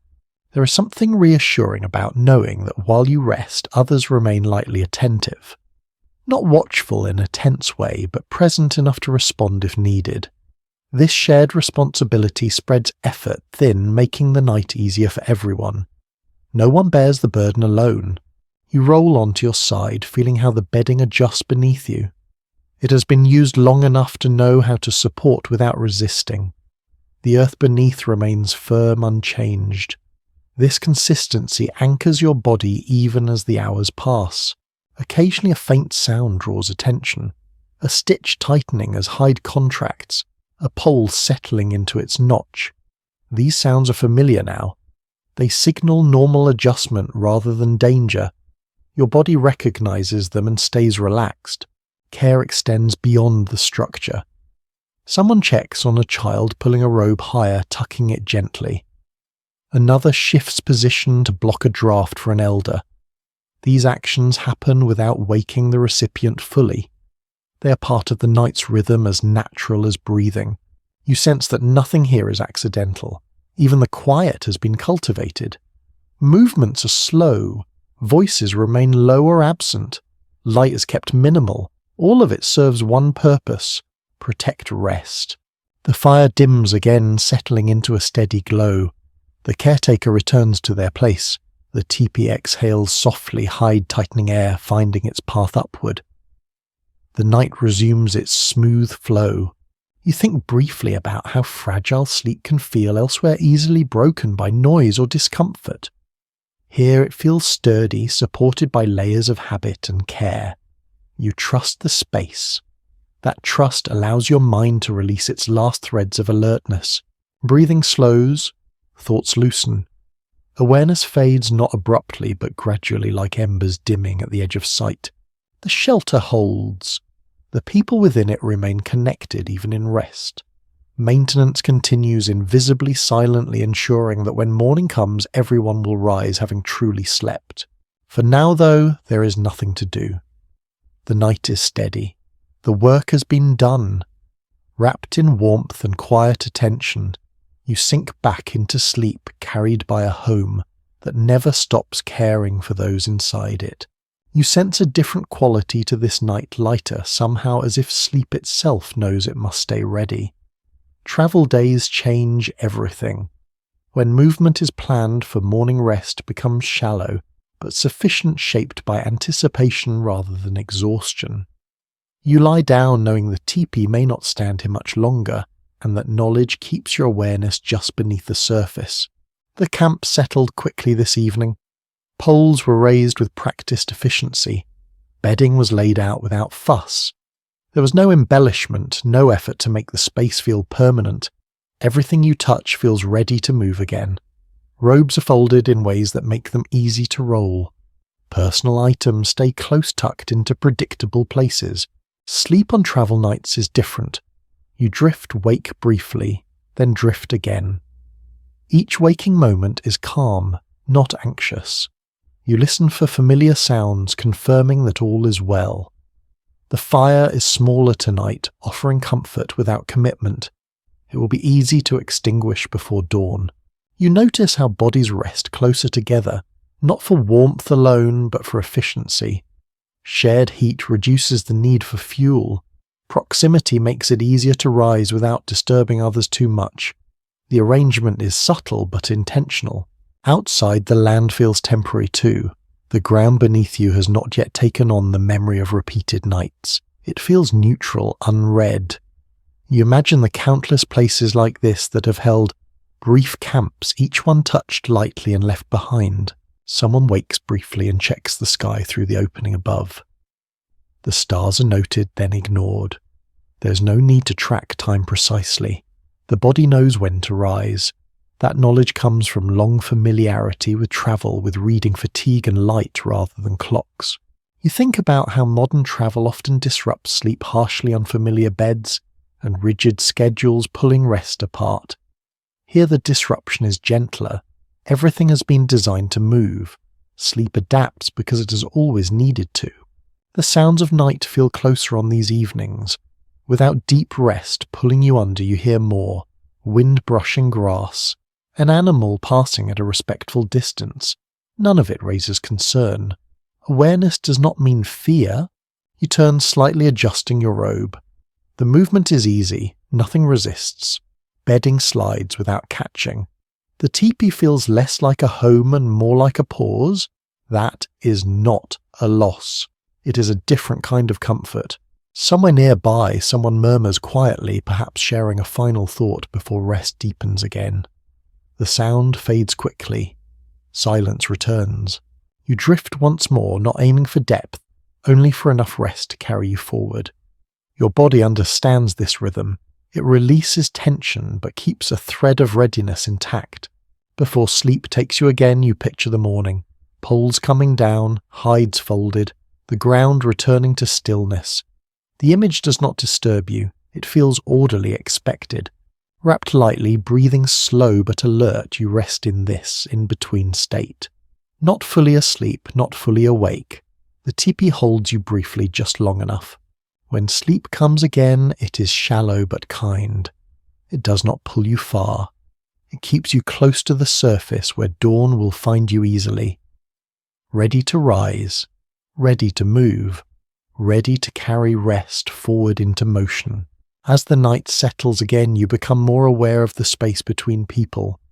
Not distance exactly, but a shared understanding of when to be close and when to give room. Inside, the teepee privacy does not come from walls or doors.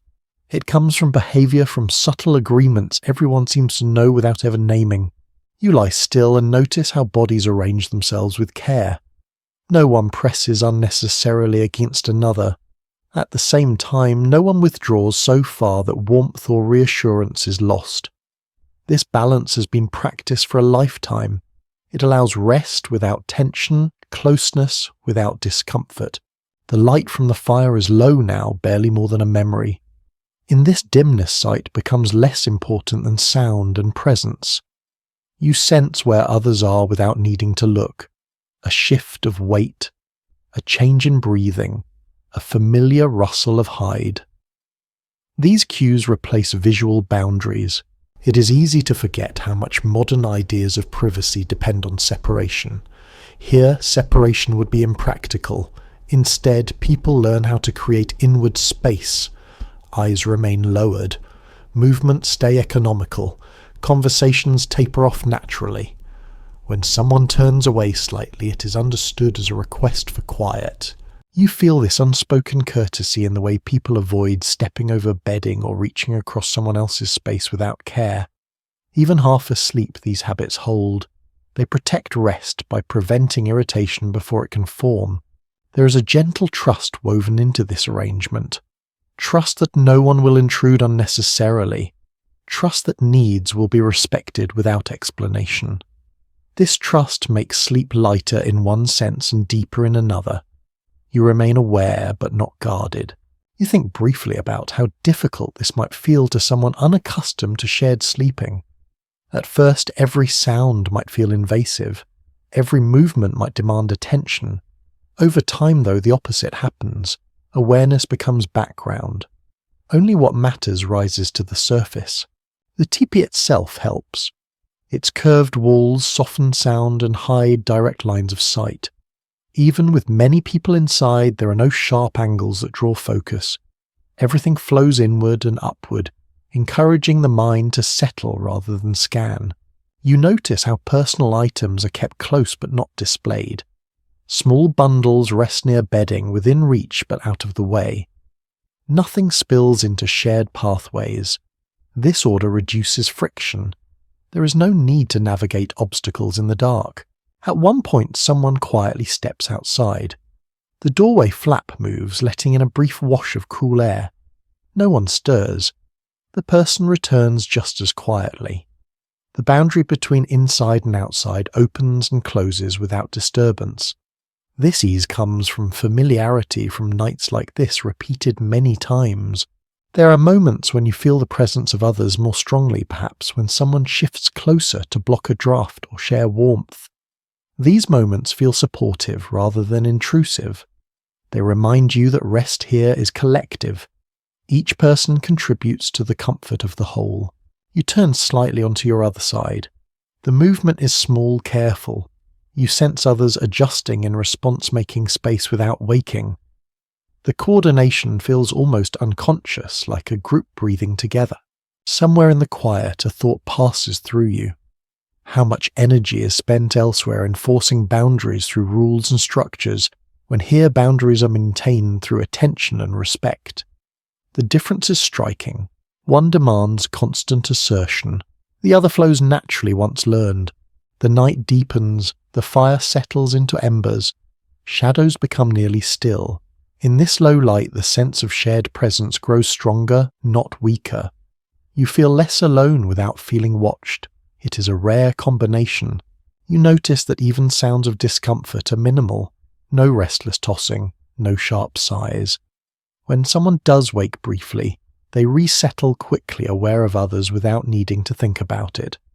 Sleep resumes like water finding its level. This kind of closeness reshapes how the mind experiences solitude. You are alone with your thoughts, but not isolated. The knowledge that others rest nearby removes a layer of vigilance. You do not need to listen for every sound. Someone else is already doing that lightly without effort. Breathing slows again. Your own awareness softens. The edges of your thoughts blur. The space around you feels stable, predictable kind. As you drift deeper, the concept of privacy fades entirely. What remains is comfort, warmth, and a quiet agreement that everyone here belongs. No barriers are needed, no explanations required. Sleep takes you smoothly now, carried by shared stillness. Inside, the Tepee closeness and respect hold steady through the night, allowing rest to unfold naturally, without tension, without interruption, until morning begins to find its way back through the doorway. A faint, comforting scent lingers in the air as the night settles into its deepest stretch. It comes from the evening meal, traces of cooked meat and warm fat softened now by smoke and time. You notice it without opening your eyes. It drifts through the teepee, gently, not strong enough to make you hungry, only familiar enough to feel reassuring. Food and sleep are closely tied here, not just by routine, but by atmosphere. The place where meals are prepared is the same place where rest unfolds. Nothing is fully cleaned away or sealed off. The smell of supper fades slowly, becoming part of the night rather than something erased. Your body seems to recognize this transition. Eating is done. Rest follows naturally. Earlier you watched as scraps were carefully managed. Nothing was left scattered. Bones were set aside. Grease was wiped from hands and tools. This care was practical, but it also shaped the night. Cleanliness reduced unwanted attention from animals and insects. Order made it easier to relax once darkness arrived. You shift slightly and catch another scent, faintly sweet this time. Dried berries stored nearby. Perhaps a bag tucked against the wall, its contents warming slightly from the fire earlier. These smells mingle without clashing. Together they create a layered sense of abundance, quiet and steady. There is something grounding about falling asleep where food has been prepared and shared. It connects rest directly to nourishment. You're not sleeping in a separate sanitized space. You're resting where life has unfolded fully during the day. That continuity calms the mind. You think briefly about modern kitchens, closed off from bedrooms, smells vented away as quickly as possible. Here nothing is rushed. The slow fading of scent mirrors the slow fading of light. Both tell your body that the active part of the day is complete. Somewhere near the fire, a pot still holds warmth. Its presence is barely noticeable now, but earlier anchored the evening. You remember the sound of it being set down, the careful way it was moved to avoid spilling heat or aroma unnecessarily. Even that care contributes to the calm you feel now. As sleep deepens, smells become less distinct. They blur together, forming a background comfort rather than individual notes. Your breathing slows, and with it your attention to detail. The air feels warm and lived in, not stale, not sharp. Outside, the land smells different, cooler, damp. The Tipi holds these worlds apart gently, allowing just enough of the outside in to keep things fresh, without overwhelming the interior. You breathe easily, your chest rising and falling without effort. There is a sense of fullness that has nothing to do with overeating. It comes from knowing food was prepared, shared, and respected. That knowledge lingers as reassurance. You are fed. Others are fed. The night can proceed. Your thoughts drift lazily unanchored. The smell of smoke carries memory without demanding attention. It reminds you of evenings like this one repeated countless times each, blending into the next without urgency. You turn onto your side, nestling deeper into bedding. The scent shifts slightly with the movement hide and earth coming forward again. Everything remains gentle. Nothing intrudes. Sleep takes you more firmly now. The smells no longer register consciously, but they remain woven into the background of your rest. They support sleep the way warmth and quiet do, subtly, steadily. As the night continues, the Tipi holds on to these traces of the day, letting them fade at their own pace. Nothing is forced away. Nothing lingers too long. Balance settles in. You drift deeper still, comforted by the quiet evidence that life here is complete. Food, shelter, warmth, rest, all present, all enough. Wrapped in that sense of sufficiency, you sleep on, breathing in the last gentle echoes of the evening, until even those dissolve into the calm of the night. You wake briefly with a tickle on your ankle, more curiosity than irritation. Half asleep, you brush it away without opening your eyes. The night continues undisturbed. Small intrusions like this are expected, planned for, rarely allowed to grow into real discomfort. Life here accepts that the natural world does not pause just because people are resting. Smoke plays a quiet role now. Long after the fire's heat has softened, its presence lingers in the air and on fabric. That scent does more than mark the spaces lived in. It discourages insects from settling too comfortably. You notice that bites are fewer than you might expect, and those that do happen are met with simple remedies rather than frustration. Earlier, before sleep fully took hold, you saw someone crush leaves between their palms, rubbing the oils lightly onto skin and bedding. The smell was sharp for a moment, then mellowed. It blended with smoke and hide, becoming part of the background. These plants chosen carefully known for their ability to soothe irritation, and keep pests at a respectful distance. Nothing here feels improvised. Knowledge is carried in hands as much as in memory. You shift slightly, feeling the ground cool beneath you. The movement stirs the air just enough to keep things from settling too heavily. Stillness is balanced with gentle circulation. The result is comfort that does not call attention to itself. Your body remains relaxed. Even when a sound or sensation brushes against awareness, it passes quickly. There is no spiraling annoyance, no sense that sleep has been stolen. You drift back down almost immediately, supported by the understanding that small disturbances are part of the environment, not signs of failure. Nearby you sense someone waking enough to scratch an itch, then settling again. No sighs, no complaints. The response is automatic, practiced. Discomfort is addressed calmly without letting it expand into wakefulness. The fire responds quietly as well.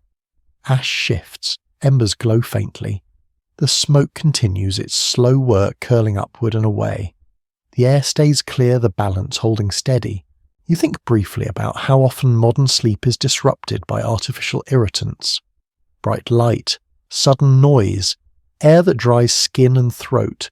Here the challenges are organic, and so are the solutions. The body recognizes them as manageable, familiar. Someone near the wall coughs softly, once then adjusts position so smoke drifts away more cleanly. The change is subtle but effective. Breathing eases again, the night flows on. You feel an itch on your wrist, now mild and fleeting. You press the fabric there gently, then let your hand rest. The sensation fades without drama. Your body does not tense. It trusts that nothing more is required. The liner along the wall helps too, creating a barrier where insects might otherwise linger. Combined with smoke and airflow, it reduces the sense of intrusion. You're aware of the environment, but not under siege by it. As the hours pass, the night grows cooler, insects quiet, the air feels cleaner, your skin relaxes. Any earlier irritation dissolves into deeper rest. You reflect faintly on how tolerance is learned. When the mind expects perfection, every small discomfort becomes an interruption. When the mind expects life, discomfort remains small. Here expectation has been shaped by generations of experience. Sleep is protected not by elimination of all disturbance, but by perspective. You roll slightly onto your back. The stars are no longer visible through the opening above, hidden now by passing clouds. The change does not matter. Your awareness remains inward, heavy and slow. There is comfort in knowing that if something truly required attention, you would wake. That knowledge allows you not to wake for anything else. The boundary between alertness and rest is clear and trusted. The night continues its quiet work. Smoke fades, air shifts. The Tipi stands steady. Your body settles deeper, untroubled by the small realities of shared space and open land. Sleep becomes smooth again, uninterrupted by concern. The world does not disappear, but it no longer presses. Wrapped in calm acceptance, you drift onward, resting fully within a space that knows how to handle the small inconveniences of living without letting them steal the night. When you wake again, it is to a subtle difference in texture rather than sound or light. The robe beneath your hand feels smoother than before. The weave tighter, the weight slightly different. You do not question it at first. You simply register the change and let your fingers rest there, half curious, half asleep. Some items in this space did not begin their lives on the plains. They arrived gradually, folded into daily routines without ceremony. A metal edge where stone once was, cloth that behaves differently than hide. These things did not replace older ways all at once. They joined them quietly, altering how nights felt without demanding attention. You shift, noticing how this newer fabric slides more easily when you move. It does not cling the way fur does. It cools faster too. On warm nights that feels pleasant. On colder ones it requires an extra layer. People learned these differences quickly, adjusting how they slept without complaint. Nearby you sense a faint metallic smell mixed with smoke. It comes from something resting close to the fire, perhaps a pot or tool warmed earlier in the evening. That scent is sharper than hide or wood, but it does not linger long. It fades as the object cools, leaving the familiar background intact. Sleep adapts to these small changes. A different blanket weight changes how you turn. A firmer edge changes where you place your arm. None of it disrupts rest. It simply reshapes it moment by moment. You imagine how the first nights with unfamiliar materials must have felt. Slightly different balance. New sounds when something shifts. Perhaps a faint clink where there was once only a soft thud. These differences would have stood out at first, then slowly faded into normalcy. Someone nearby adjusts bedding, combining old and new layers instinctively. Fur against cloth. Earth beneath both. The mix feels deliberate, chosen for comfort rather than novelty. Sleep benefits from whatever works regardless of origin. You think briefly about how easily sleep can be disturbed by change when it feels imposed. Here change arrives, slowly absorbed rather than announced.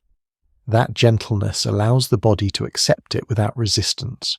Outside, the night remains the same. Wind still moves across grass. Animals still pass in the distance. Inside, small details evolve almost unnoticed. The core experience remains steady. You draw the robe closer and feel how it traps warmth differently than the one beneath it. The combination works well. Your body settles into the layered effect, finding a balance that feels just right. The fire glows softly, reflecting off surfaces that catch light in new ways. Shadows behave slightly differently, edges sharper in places, softer in others. Even these visual changes influence how your mind drifts. Variety without disruption keeps awareness from snagging. You roll onto your side, resting your cheek against your arm. The texture there feels unfamiliar but not unpleasant. Your breathing slows again, adapting without conscious effort. There is comfort in knowing that sleep does not require purity or preservation of a single way. It requires responsiveness, the ability to notice what feels good and keep it close. As the night continues, you stop noticing differences altogether. Texture becomes background. Weight becomes reassurance. Whatever its origin, the bedding supports you just the same. Sleep deepens smooth and unbroken. Old materials and newer ones lie together without conflict. The Tipi holds them all just as it holds you, allowing rest to remain the constant, even as small details quietly change around you. The night carries a slightly different feeling now, as if the air itself remembers many ways of being held. You sense it in the way the teepee responds to small changes, how the walls seem familiar with more than one rhythm. This place feels shaped by many hands, many nights each, leaving behind a trace that never fully fades. You lie still and imagine other tepees raised on different stretches of land. Some near rivers where damp air cools quickly after sunset. Others farther south where heat lingers and sleep comes later. Even without seeing them, you feel the variety in how rest might unfold from place to place. The structure is the same, but the night inside it is never identical. Here the ground is firm and dry. Elsewhere it might be softer, layered with sand or grass. That difference alone would change how the body settles. A hip sinks more deeply. A shoulder finds a hollow. Sleep adjusts without needing instruction. You notice how the doorway lets in a breeze that feels just right here, but you imagine how in another region it might be angled differently, catching cooler air or blocking harsher winds. These choices are quiet and practical, guided by what the land offers rather than any fixed rule. The smells would change too. Near water there would be a hint of damp earth reeds and slow-moving currents.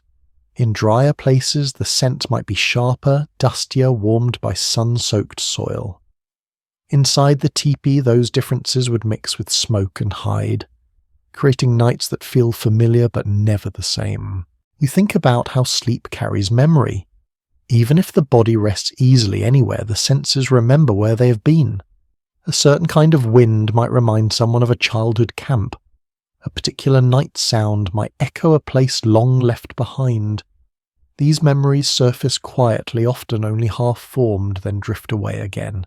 Some teepees are smaller, holding fewer people. Others stretch wider, sheltering extended families. The size changes how sound moves, how warmth gathers, how close bodies rest. In a larger space, sleep might feel more spread out, more open. In a smaller one, it might feel denser, more enclosed. Neither is better. Each shapes rest in its own way. You shift slightly and feel how this space responds. The hide wall gives a little. The air moves gently. The fire remains a steady presence even as embers dim. Everything feels balanced for this place, this group, this night. Outside the land is quiet but not empty. Somewhere beyond the wall, a landscape shaped by seasons continues its slow work.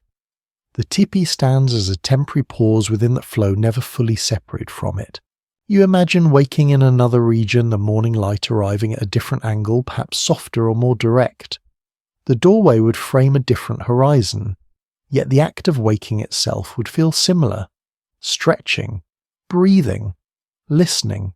The body recognizing it has rested enough. Here rest comes easily because the structure knows this land well. It has been raised and lowered many times, learning where to lean, how to hold. Sleep benefits from that accumulated familiarity.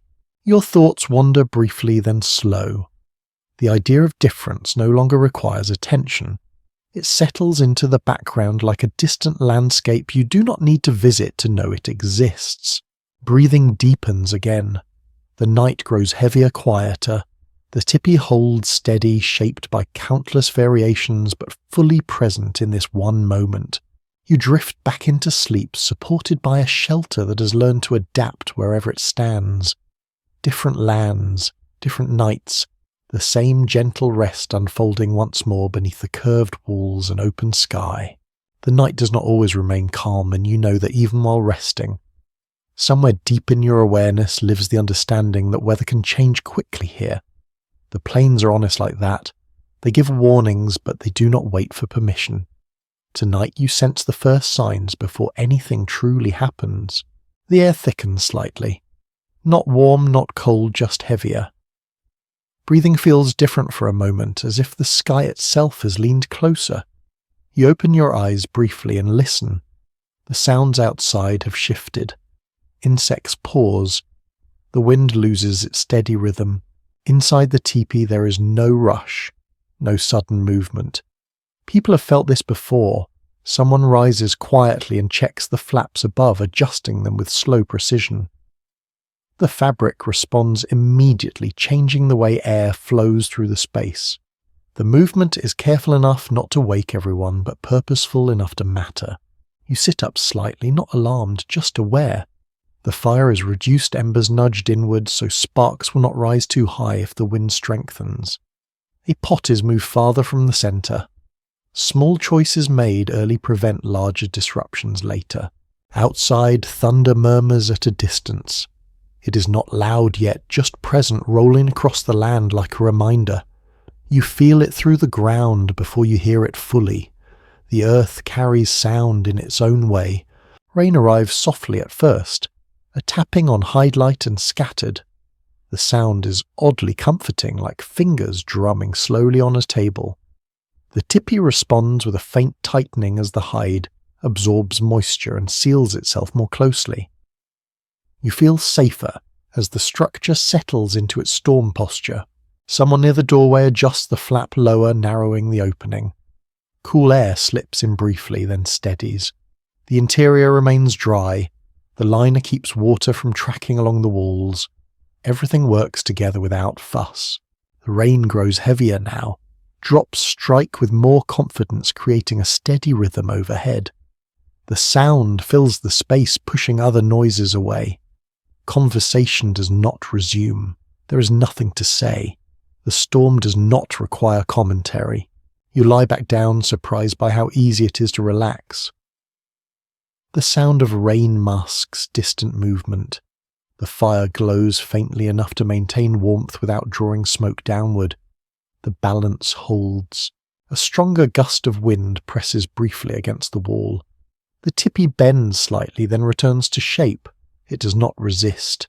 It yields just enough. That flexibility keeps it standing. You feel the movement through the ground and the poles a gentle sway rather than a jolt. You think about how rigid structures might creak or crack in moments like this. Here, motion is expected. The structure is not fighting the storm, it is cooperating with it. Lightning flashes outside, brightening the interior for a split second. Shadows leap across the walls, then vanish. No one startles. The light passes as quickly as it arrived. Rain continues steady and thorough. You smell damp earth carried in through the opening above fresh and clean. The scent mixes with smoke and high, creating a feeling of renewal rather than threat. Eventually the storm begins to move on. The rain softens, thunder drifts farther away. The wind relaxes its grip. Inside, small adjustments are reversed. The doorway opens a little wider. The fire breathes more freely. You remain lying down throughout it all, your body calm, your breathing slow. The storm has passed without stealing your rest. The teepee stands unchanged, steady and reliable. As the night settles again, you feel a quiet satisfaction. Not pride exactly, but trust. You have slept through weather that might have unsettled you elsewhere. Here it was simply part of the night. Sleep returns easily, deeper now for having passed through change. Outside the land exhales after rain. Inside the shelter holds warmth and quiet once more. You drift onward knowing that even when the night tests the world, this place knows how to respond without waking fear. After the storm passes and the night settles again, there is a different kind of quiet in the teepee. It is the quiet that follows attention, the calm that comes from knowing everything has been checked and set right. You remain still aware that even rest here follows a kind of courtesy, a shared understanding about how to move through the night without disturbing it. There are rules, though no one would call them that. They live in habit rather than instruction. You feel them in the way people step, how they reach, how they pause before moving. Even half asleep, everyone seems to know how to behave after dark. If someone needs to rise, they do so slowly. No sudden movements, no sharp sounds. A hand finds balance before weight shifts. Feet avoid bedding by memory rather than sight. These small choices keep the night smooth, protecting sleep like a fragile surface that must not be broken. Voices, when they appear, stay low and rounded. A whisper is enough, often even that is unnecessary. A gesture, a pause, a familiar sound does the work instead. Language softens at night. It becomes economical, respectful of rest. You notice how the fire is treated with particular care during these hours. No large logs added, no stirring that might send sparks upward. Someone who tends it does so with patience, waiting for the right moment rather than forcing change. The fire seems to understand this restraint, glowing steadily without protest. The doorway is another place of quiet agreement. When it opens slowly. When it closes, it does not snap shut. The fabric is guided gently into place, preventing drafts and noise. Even the outside air is invited in, politely never allowed to rush. You think about how these habits must be learned early. Children absorb them by watching, by being corrected softly, by feeling the effects of disturbance and calm. Over time, the body learns what the mind does not need to remember explicitly. There's also an understanding about when not to act. If a sound does not require response, it is ignored. If discomfort is minor, it is tolerated until it fades. This restraint prevents a cascade of waking that could ripple through the space. Everyone benefits from a little patience. You shift slightly, adjusting your position. The movement is small enough not to draw attention. You feel others remain still, trusting that your adjustment will not disturb them. This trust runs both ways, making rest easier for everyone. The night feels protected by these customs. Not enforced, not rigid, but consistent. They form a quiet structure inside the physical one, shaping behavior just as surely as poles and hide shape space. You remember nights elsewhere where sleep feels fragile, easily broken by careless noise or light. Here sleep feels respected. It is treated as something shared, something worth preserving for everyone. A faint sound outside draws no reaction. A breeze moves the grass. An animal passes. Inside, no one stirs. The boundary between attention and rest holds firm. As the hours stretch on, these small courtesies accumulate, creating a night that feels smooth and uninterrupted. No single action stands out. The effect is collective, built moment by moment. You sink deeper into rest, comforted by the knowledge that the night is being handled with care. Nothing urgent waits, nothing demands reaction. The rules of the dark are being followed without effort. Breathing slows again, muscles soften. The quiet continues, supported by shared restraint and mutual respect. Inside, the teepee etiquette becomes invisible, woven so thoroughly into behaviour that it disappears entirely, leaving only calm. Sleep carries you forward unbroken. The night remains intact, guided by habits shaped for rest. When morning comes, it will arrive gently, just as the night has been allowed to pass without disruption, without haste. Light reaches you before sound does. It seeps gently through the doorway, pale and cool, touching the ground first, and then climbing slowly along the inner wall. You're not fully awake yet, but your body knows what this light means. Morning has begun its careful approach. Your eyes open halfway. The fire at the centre is quiet, now reduced to a soft ash glow that barely marks its place. The air feels different, lighter, refreshed by the long hours of night. You breathe it in and feel your chest expand easily without effort. The doorway frames a slice of sky that has shifted from deep blue to something softer, almost silver. Birds begin to move outside their calls, tentative at first, then more confident. These sounds do not startle you. They belong here just as much as the night sounds did. People around you begin to stir one by one. No one rises quickly. Stretching happens slowly, arms extending shoulders, rolling joints waking in their own time. Someone yawns quietly. Another sits up and rubs sleep from their eyes. The night releases its hold without resistance. You notice how the morning light reveals details that were hidden in darkness. The texture of the hide walls, the subtle curve of poles above, the faint marks of use that speak of many nights like this one. None of it feels worn. It feels lived in. Someone near the fire shifts embers, gently coaxing them back to life. A small flame appears tentative but steady. The warmth spreads slowly, chasing away the last chill of night. The smell of smoke sharpens again, signalling the return of day. You sit up, pulling your robe closer around your shoulders. The ground feels cooler now, firm and supportive. Sleep still clings to you, but it no longer pulls you downward. Instead, it settles behind you, complete. Outside, the plains stretch wide and open, touched by early light. Dew clings to grass. The world feels freshly reset, as if night has washed it clean. You take a moment to listen, letting the morning sounds layer themselves gently into awareness. Movement inside the teepee remains careful. Bedding is not yet rolled. Nothing is rushed.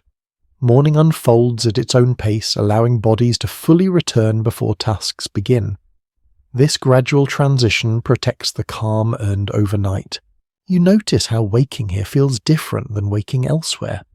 There is no abrupt noise, no sharp demand. Light sound and warmth arrive together, guiding you upward, rather than pulling you out of sleep. Someone steps outside, lifting the doorway flap just enough to pass through. Cool air follows, briefly refreshing without chilling. The flap settles back into place. Inside, the fire crackles softly, encouraging movement, but not insisting on it. You stretch again, feeling muscles respond easily. Rest has done its work. There is no stiffness, no grogginess, clinging stubbornly. The night has been kind. As more light fills the space, colours emerge. Earth tones, soft browns and creams. The interior brightens without glare. The teepee feels open now, welcoming the day as easily as it welcomed the night. You sit quietly for a moment longer, taking in the shift. The calm remains even as sleep fades. That continuity feels important. Rest does not end abruptly here. It transitions, carrying its steadiness forward into waking life. When you finally rise, you do so without hurry. The night has passed fully, leaving behind warmthies and a sense of balance. Morning stands ready, not demanding, simply present. You step forward into the day, knowing that when night comes again, the same gentle process will return. Light will fade, sound will soften, rest will find its place. For now, though, you are awake, refreshed and quietly grounded, standing at the edge of a new day shaped by a night well slept. The morning does not rush you. Even as light strengthens outside, there is a pause inside the teepee, a shared moment, where everyone lingers between rest and motion.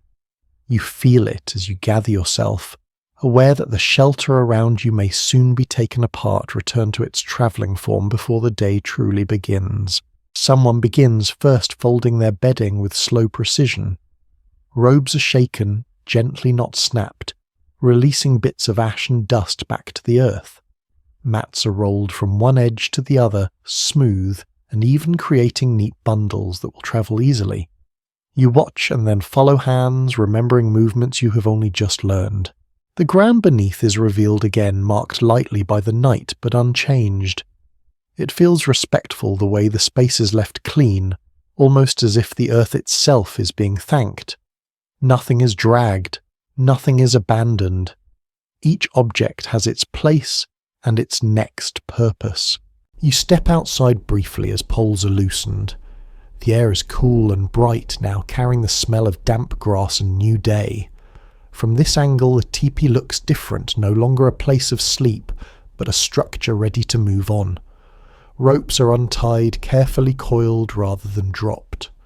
Poles are lowered in a sequence that keeps them from tangling or striking the ground too hard. Inside, the fire is allowed to fade fully. Ashes spread thin, ensuring no heat remains trapped. The centre of the space cools quickly, becoming just another patch of earth. This moment feels final, but not sad. It is simply complete. You notice how quickly the interior empties. What felt full and layered only hours ago now feels open and quiet. The transformation is striking. The shelter that held warmth, stories and sleep leaves almost no trace once dismantled. As the covering is folded, you feel its weight shift heavier, when lifted lighter once balanced correctly. It carries the memory of the night in its scent, but it does not cling to it. It is ready for the next use, the next place. The poles are gathered and arranged, their ends aligned. From a distance, they look like nothing more than wood, ordinary and unremarkable. Yet you know what they can become. You have slept beneath them.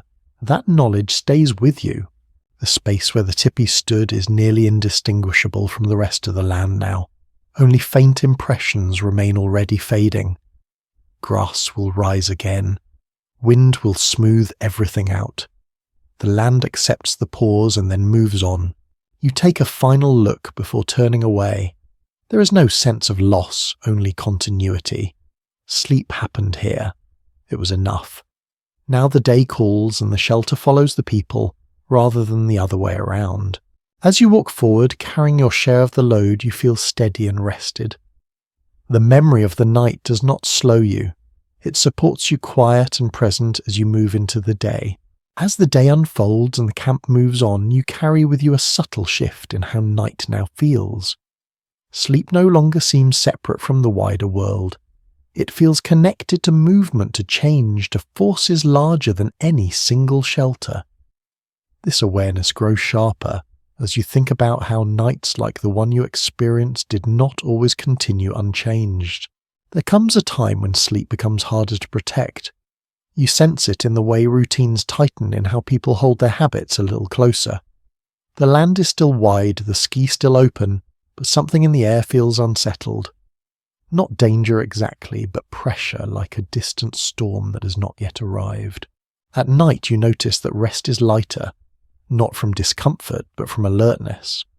People still lie down in familiar ways, still arrange bedding with care, but there is a new layer of listening beneath the calm.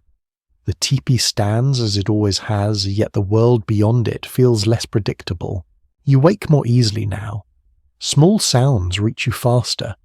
The wind carries unfamiliar echoes.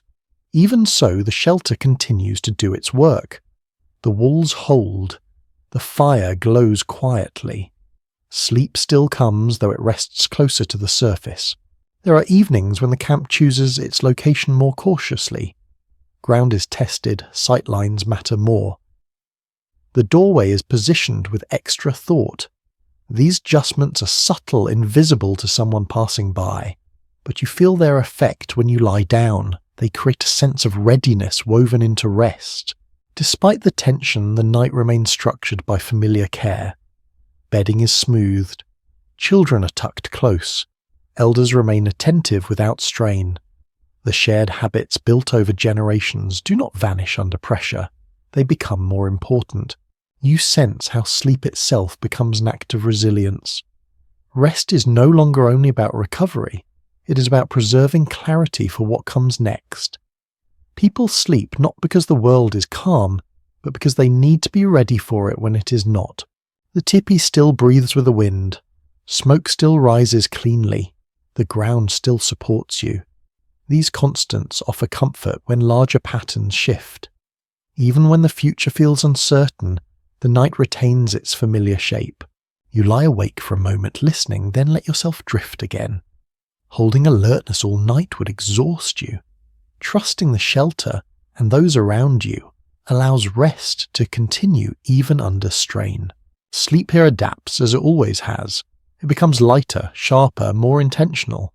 Yet it remains sleep, carrying warmth and renewal into the next day. As morning arrives, you rise knowing that the night did its job. It held it, supported it, restored enough. Whatever changes ripple outward, the memory of sleeping well inside a simple, resilient shelter stays with you, a reminder that rest can persist even when the world grows more complicated. You rest again, not in a single place, but in layers of memory that feel almost tangible now. Sleep carries you backward as easily as it carries you forward. The night feels thick with echoes, not loud or insistent, just present like footprints pressed into soft ground and left to fade slowly on their own. You imagine how others have slept this way long before you, bodies settling into familiar patterns without needing to think about them. The posture feels inherited. The way you turn onto your side, the way your hand rests near your chest, the way your breath slows once the fire dims. These motions feel older than habit, older than preference. In the half-light of embers you sense stories layered into the space, not spoken now, not even remembered clearly, but absorbed through repetition. Nights like this teach without words. They teach patience. They teach how to listen without reacting. They teach how to trust simple things to hold. Your mind drifts through impressions rather than thoughts. A hand smoothing hide. The soft thud of a pole set in place. The sound of rain remembered rather than heard. These images arrive without sequence, then dissolve, leaving behind only calm. You shift slightly and feel how the ground responds the same way it always has. Firm, honest. It does not adjust itself to you. You adjust to it. That exchange feels fair. It gives your body something solid to release against.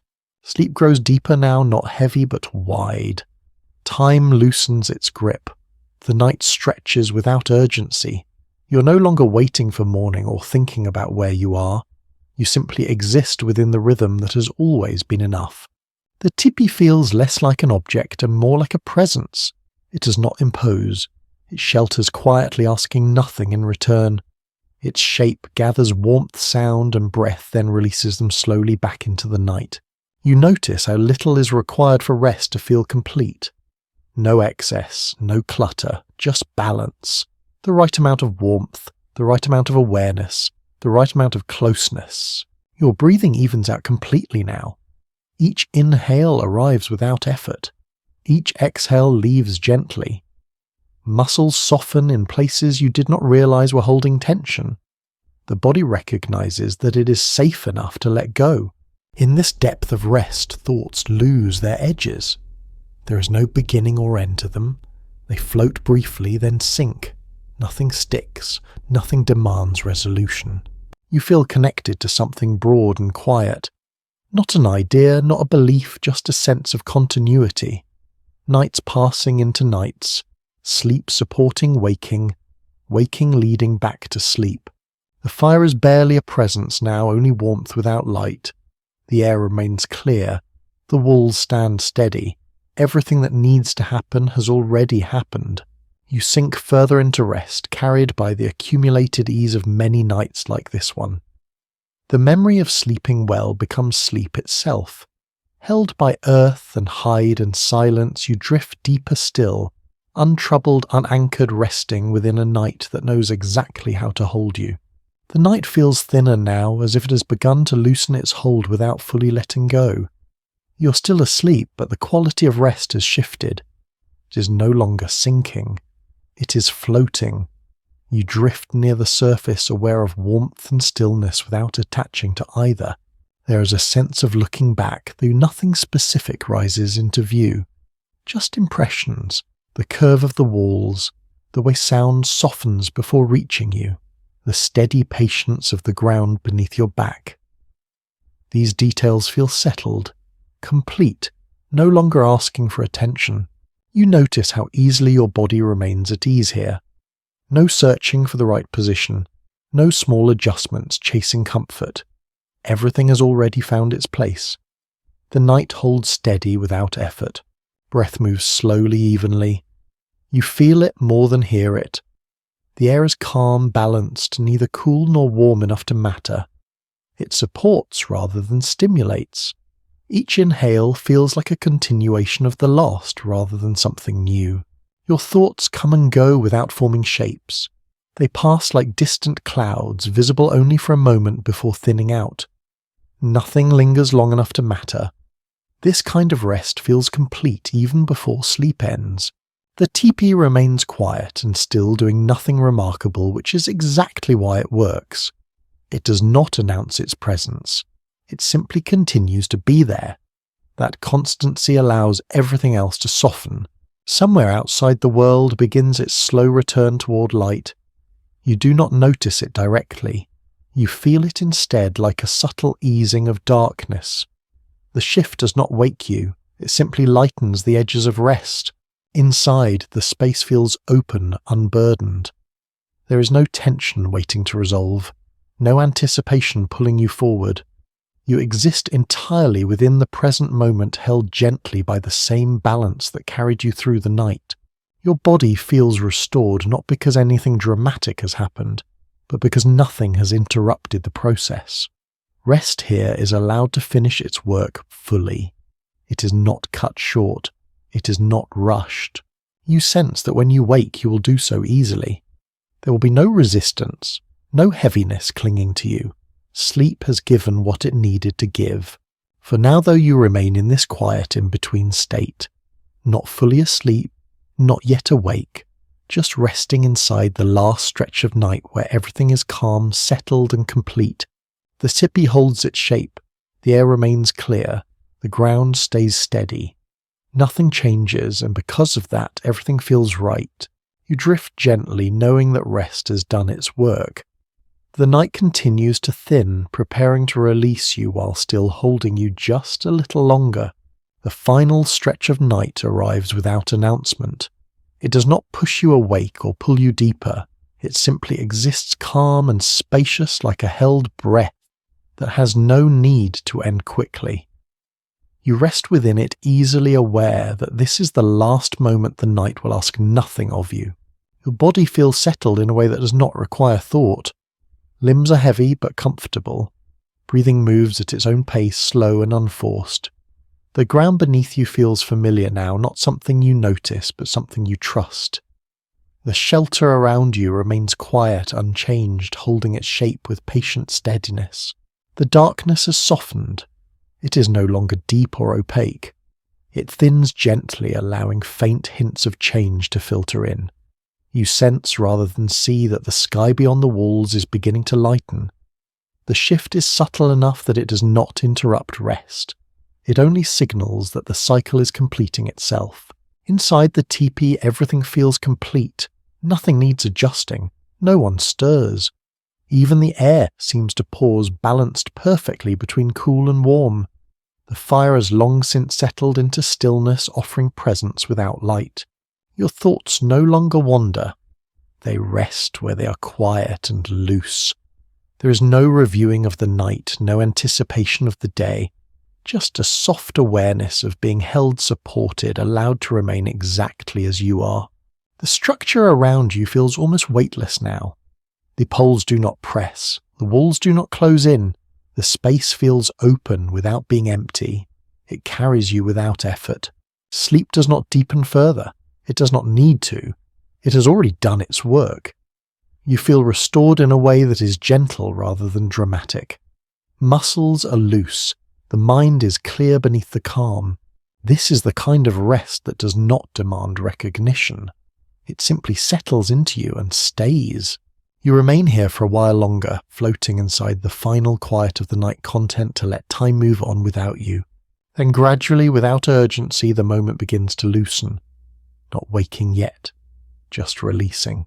You are ready. The quiet now stretches out long and smooth like a soft blanket being drawn up just a little higher. There's nothing left to do, nowhere left to go. The night has given you everything it needed to give, and it asks nothing in return. Your breathing slows even further deep, and even each breath flowing easily into the next. The world feels distant, not gone, just comfortably out of reach. You're safe here, wrapped in warmth, memory, and stillness. Any remaining thoughts soften and fade like shapes dissolving into shadow. Muscles relax completely. The weight of your body feels supported from every side, as if the earth itself is holding you steady. There's no need to listen anymore, no need to notice. The night continues on its own, smooth and uninterrupted, while you drift deeper into rest. The darkness becomes gentle. The silence becomes kind. You let go fully now, allowing sleep to carry you wherever it wishes to go. Nothing pulls you back. Nothing waits ahead. Just calm, just rest, just the quiet certainty that you are exactly where you need to be.